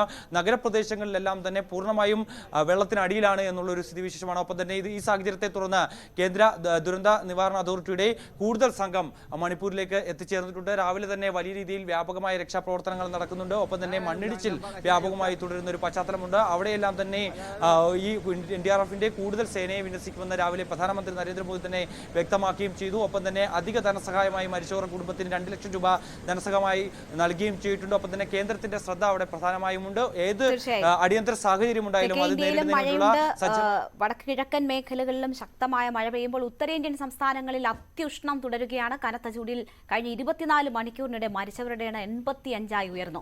ആകെ മരണം ഇതോടെ 100 കടന്നു. അടുത്ത 2 ദിവസം കൂടി കടുത്ത ചൂട് തുടരുമെന്നാണ് കേന്ദ്ര കാലാവസ്ഥാ നിരീക്ഷണ കേന്ദ്രത്തിന്റെ മുന്നറിയിപ്പ്. മിഥുൻ, ഉത്തരേന്ത്യൻ സംസ്ഥാനങ്ങളിലെ സാഹചര്യം കൂടി എങ്ങനെയാണ്? അത്യുഷ്ണം അതിതീവ്രമായി തുടരുന്നു എന്നുള്ളത് തന്നെയാണ് രേണുക അവിടെ നിന്ന് നമുക്ക് റിപ്പോർട്ട് ചെയ്യാൻ സാധിക്കുന്നത്. അതായത് ഒഡീഷ, ബീഹാർ, ജാർഖണ്ഡ്, രാജസ്ഥാൻ, ഉത്തർപ്രദേശ്, ഡൽഹി തുടങ്ങിയ സംസ്ഥാനങ്ങളാണ് അത്യുഷ്ണം അതിരൂക്ഷമായി തുടരുന്നത്. ഇനിയുള്ള 2 ദിവസങ്ങൾ കൂടി വീണ്ടും ചൂട് കൂടാനുള്ള ഒരു സാധ്യത തന്നെയാണ് കാലാവസ്ഥാ വകുപ്പ് മുന്നോട്ട് വയ്ക്കുകയും ചെയ്തിരിക്കുന്നത്. ഇതിനോടകം തന്നെ 100-ലധികം പേർ ഈ ഉഷ്ണതരംഗത്തിൽ മരണപ്പെടുകയും ചെയ്തു. കഴിഞ്ഞ 24 മണിക്കൂറിനിടയിൽ 85 പേരാണ് മരണത്തിന് കീഴടങ്ങുകയും ചെയ്തത്. അതിൽ ഏറ്റവും കൂടുതൽ മരണം റിപ്പോർട്ട് ചെയ്തിട്ടുള്ളത് ഒഡീഷ ഒഡീഷയിൽ മാത്രം 46ഓളം പേർ കഴിഞ്ഞ ദിവസം മാത്രം മരണപ്പെടുകയും ചെയ്തു. ഇന്നും 3 പേരുടെ മരണം സ്ഥിരീകരിക്കുകയും ചെയ്തിട്ടുണ്ട്. കൂടാതെ പോളിംഗ് സ്റ്റേഷനുകളിലടക്കം പ്രവർത്തിച്ചിരുന്ന ഉദ്യോഗസ്ഥരടക്കം ബീഹാറിൽ 16 പേർ മരണപ്പെടുന്ന ഒരു സ്ഥിതിവിശേഷം ഉണ്ടായിരുന്നു. അത്രയും ദുഃഖകരമായിട്ടുള്ള വാർത്തകൾ കൂടിയാണ് അവിടെ നിന്ന് പുറത്തു വരികയും ചെയ്യുന്നത്. 50 ഡിഗ്രിയിൽ മുകളിൽ ചൂട് പല സംസ്ഥാനങ്ങളിലും ഉണ്ട് എന്നുള്ളത് തന്നെയാണ്. ഡൽഹിയിൽ 52 ഡിഗ്രിയോളം എത്തിയിരിക്കുന്നു. 54 ഡിഗ്രി സെൽഷ്യസ് വരെ നാഗ്പൂരിൽ കഴിഞ്ഞ ദിവസം ചൂട് രേഖപ്പെടുത്തുകയും ചെയ്തിട്ടുണ്ട് എന്നുള്ളത് തന്നെയാണ്. വരും മണിക്കൂറുകളിലും തീവ്രമായിട്ടുള്ള ചൂട് കൂടാനുള്ള സാധ്യതയാണ് കാലാവസ്ഥാ വകുപ്പ് മുന്നോട്ട് വെക്കുന്നത്. ശരി, MG മിഥുനാണ് വിവരങ്ങൾ നൽകിയത്. തിരുവനന്തപുരം നെയ്യാറ്റിൻകര അറക്കുന്നത്ത് മകളുടെ കഴുത്ത് മുറിച്ച ശേഷം അമ്മ ജീവനൊടുക്കി. അറക്കുന്ന് സ്വദേശി ലീലയാണ് മരിച്ചത്. ഗുരുതരാവസ്ഥയിലുള്ള മകൾ ബിന്ദുവിനെ മെഡിക്കൽ കോളേജ് ആശുപത്രിയിൽ പ്രവേശിപ്പിച്ചു. രോഗാവസ്ഥയിൽ കഴിയുന്ന മകളെ നോക്കാനുള്ള ബുദ്ധിമുട്ടാണ് കൃത്യത്തിന് കാരണമെന്നാണ് പ്രാഥമിക നിഗമനം. ഹൃദ്രോഗത്തിന് ചികിത്സയിൽ കഴിയുന്ന മകൾ ബിന്ദുവിനെ പരിചരിക്കാനും ചികിത്സിക്കാനുമുള്ള ബുദ്ധിമുട്ടാണ് കൃത്യത്തിന് കാരണമെന്നാണ് പോലീസ് പ്രാഥമികമായി പറയുന്നത്. ലീലയുടെ ഭർത്താവ് ഏതാനും മാസങ്ങൾക്ക് മുമ്പ് മരിച്ചിരുന്നു. അടുത്തിടെ ഹൃദ്രോഗത്തെ തുടർന്ന് ലീലയുടെ ഏക മകനും മരണത്തിന് കീഴടങ്ങിയതോടെ കുടുംബം തികച്ചും അനാഥമായി. ഇതോടെ തന്റെ കാലത്തിനു ശേഷം മകൾക്ക് ആരുണ്ടെന്ന ആശങ്കയാണ് ലീലയെ ക്രൂരകൃത്യത്തിലേക്ക് നയിച്ചത്. പുലർച്ചെ മകളുടെ കഴുത്തറുത്ത ശേഷം ലീല മണ്ണെണ്ണയൊഴിച്ച് ആത്മഹത്യയ്ക്ക് ശ്രമിച്ചു. തുടർന്ന് ആശുപത്രിയിൽ എത്തിച്ചെങ്കിലും മരണം സംഭവിക്കുകയായിരുന്നു. കഴുത്തിന് ഗുരുതരമായി പരിക്കേറ്റ ബിന്ദുവിനെ ആദ്യം ജനറൽ ആശുപത്രിയിലേക്കും തുടർന്ന് മെഡിക്കൽ കോളേജിലേക്കും മാറ്റി. ബിന്ദുവിന്റെ നില അതീവ ഗുരുതരമായി തുടരുകയാണ്. ന്യൂസ് 18 തിരുവനന്തപുരം. ലോക മലയാളി കൌൺസിലിന്റെ ഗ്ലോബൽ ലീഗൽ ഫോറത്തിന്റെ ചെയർമാനായ അഡ്വക്കേറ്റ് BS ചന്ദ്രശേഖരനെ നിയമിച്ചു. നിലവിൽ ലോയേഴ്സ് കോൺഗ്രസിന്റെ സംസ്ഥാന പ്രസിഡന്റും KPCC നിയമസഹായവേദിയുടെ ചെയർമാനുമാണ് BS ചന്ദ്രശേഖരൻ. പ്രവാസി മലയാളി കൂടിയായ അഡ്വക്കേറ്റ് തോമസ് പണിക്കരെ സെക്രട്ടറിയായും world Malayali council global committee നിയമിച്ചതായി ഗ്ലോബൽ പ്രസിഡന്റ് തോമസ് മൊട്ടാക്കൽ അറിയിച്ചു. പ്രവാസ ജീവിതം നയിക്കുന്ന മലയാളികൾക്ക് ആവശ്യമായ നിയമസഹായം ഉറപ്പാക്കുകയാണ് ഗ്ലോബൽ ലീഗൽ ഫോറത്തിന്റെ ലക്ഷ്യം. ഇനി ഇന്നത്തെ സ്വർണം വെള്ളി നിരക്കുകൾ. കവിത ഗോൾഡ് ആൻഡ് ഡയമണ്ട്സ് ഇന്നത്തെ സ്വർണം വെള്ളി നിരക്കുകൾ നിങ്ങൾക്കായി സമർപ്പിക്കുന്നത് വലിയ സ്വപ്നങ്ങൾ, വലിയ സന്തോഷങ്ങൾ, വലിയ collection. Kavitha gold and diamonds. സ്വർണം 22 ക്യാരറ്റ് ഗ്രാമിന് 6635 രൂപ, പവന് 53,080 രൂപ. സ്വർണം 18 ക്യാരറ്റ് ഗ്രാമിന് 5525 രൂപ, പവന് 44,200 രൂപ. വെള്ളി ഗ്രാമിന് 97 രൂപ, കിലോയ്ക്ക് 97,000 രൂപ. കവിത ഗോൾഡ് ആൻഡ് ഡയമണ്ട്സ് ഇന്നത്തെ സ്വർണം വെള്ളി നിരക്കുകൾ നിങ്ങൾക്കായി സമർപ്പിക്കുന്നത് വലിയ സ്വപ്നങ്ങൾ, വലിയ സന്തോഷങ്ങൾ, വലിയ collection. Kavitha gold and diamonds. പകൽ വാർത്ത പൂർണ്ണമാവുകയാണ്. ഇടവേളയ്ക്ക് ശേഷം സ്പോട്ട് ലൈവ് കാണാം. നമസ്കാരം.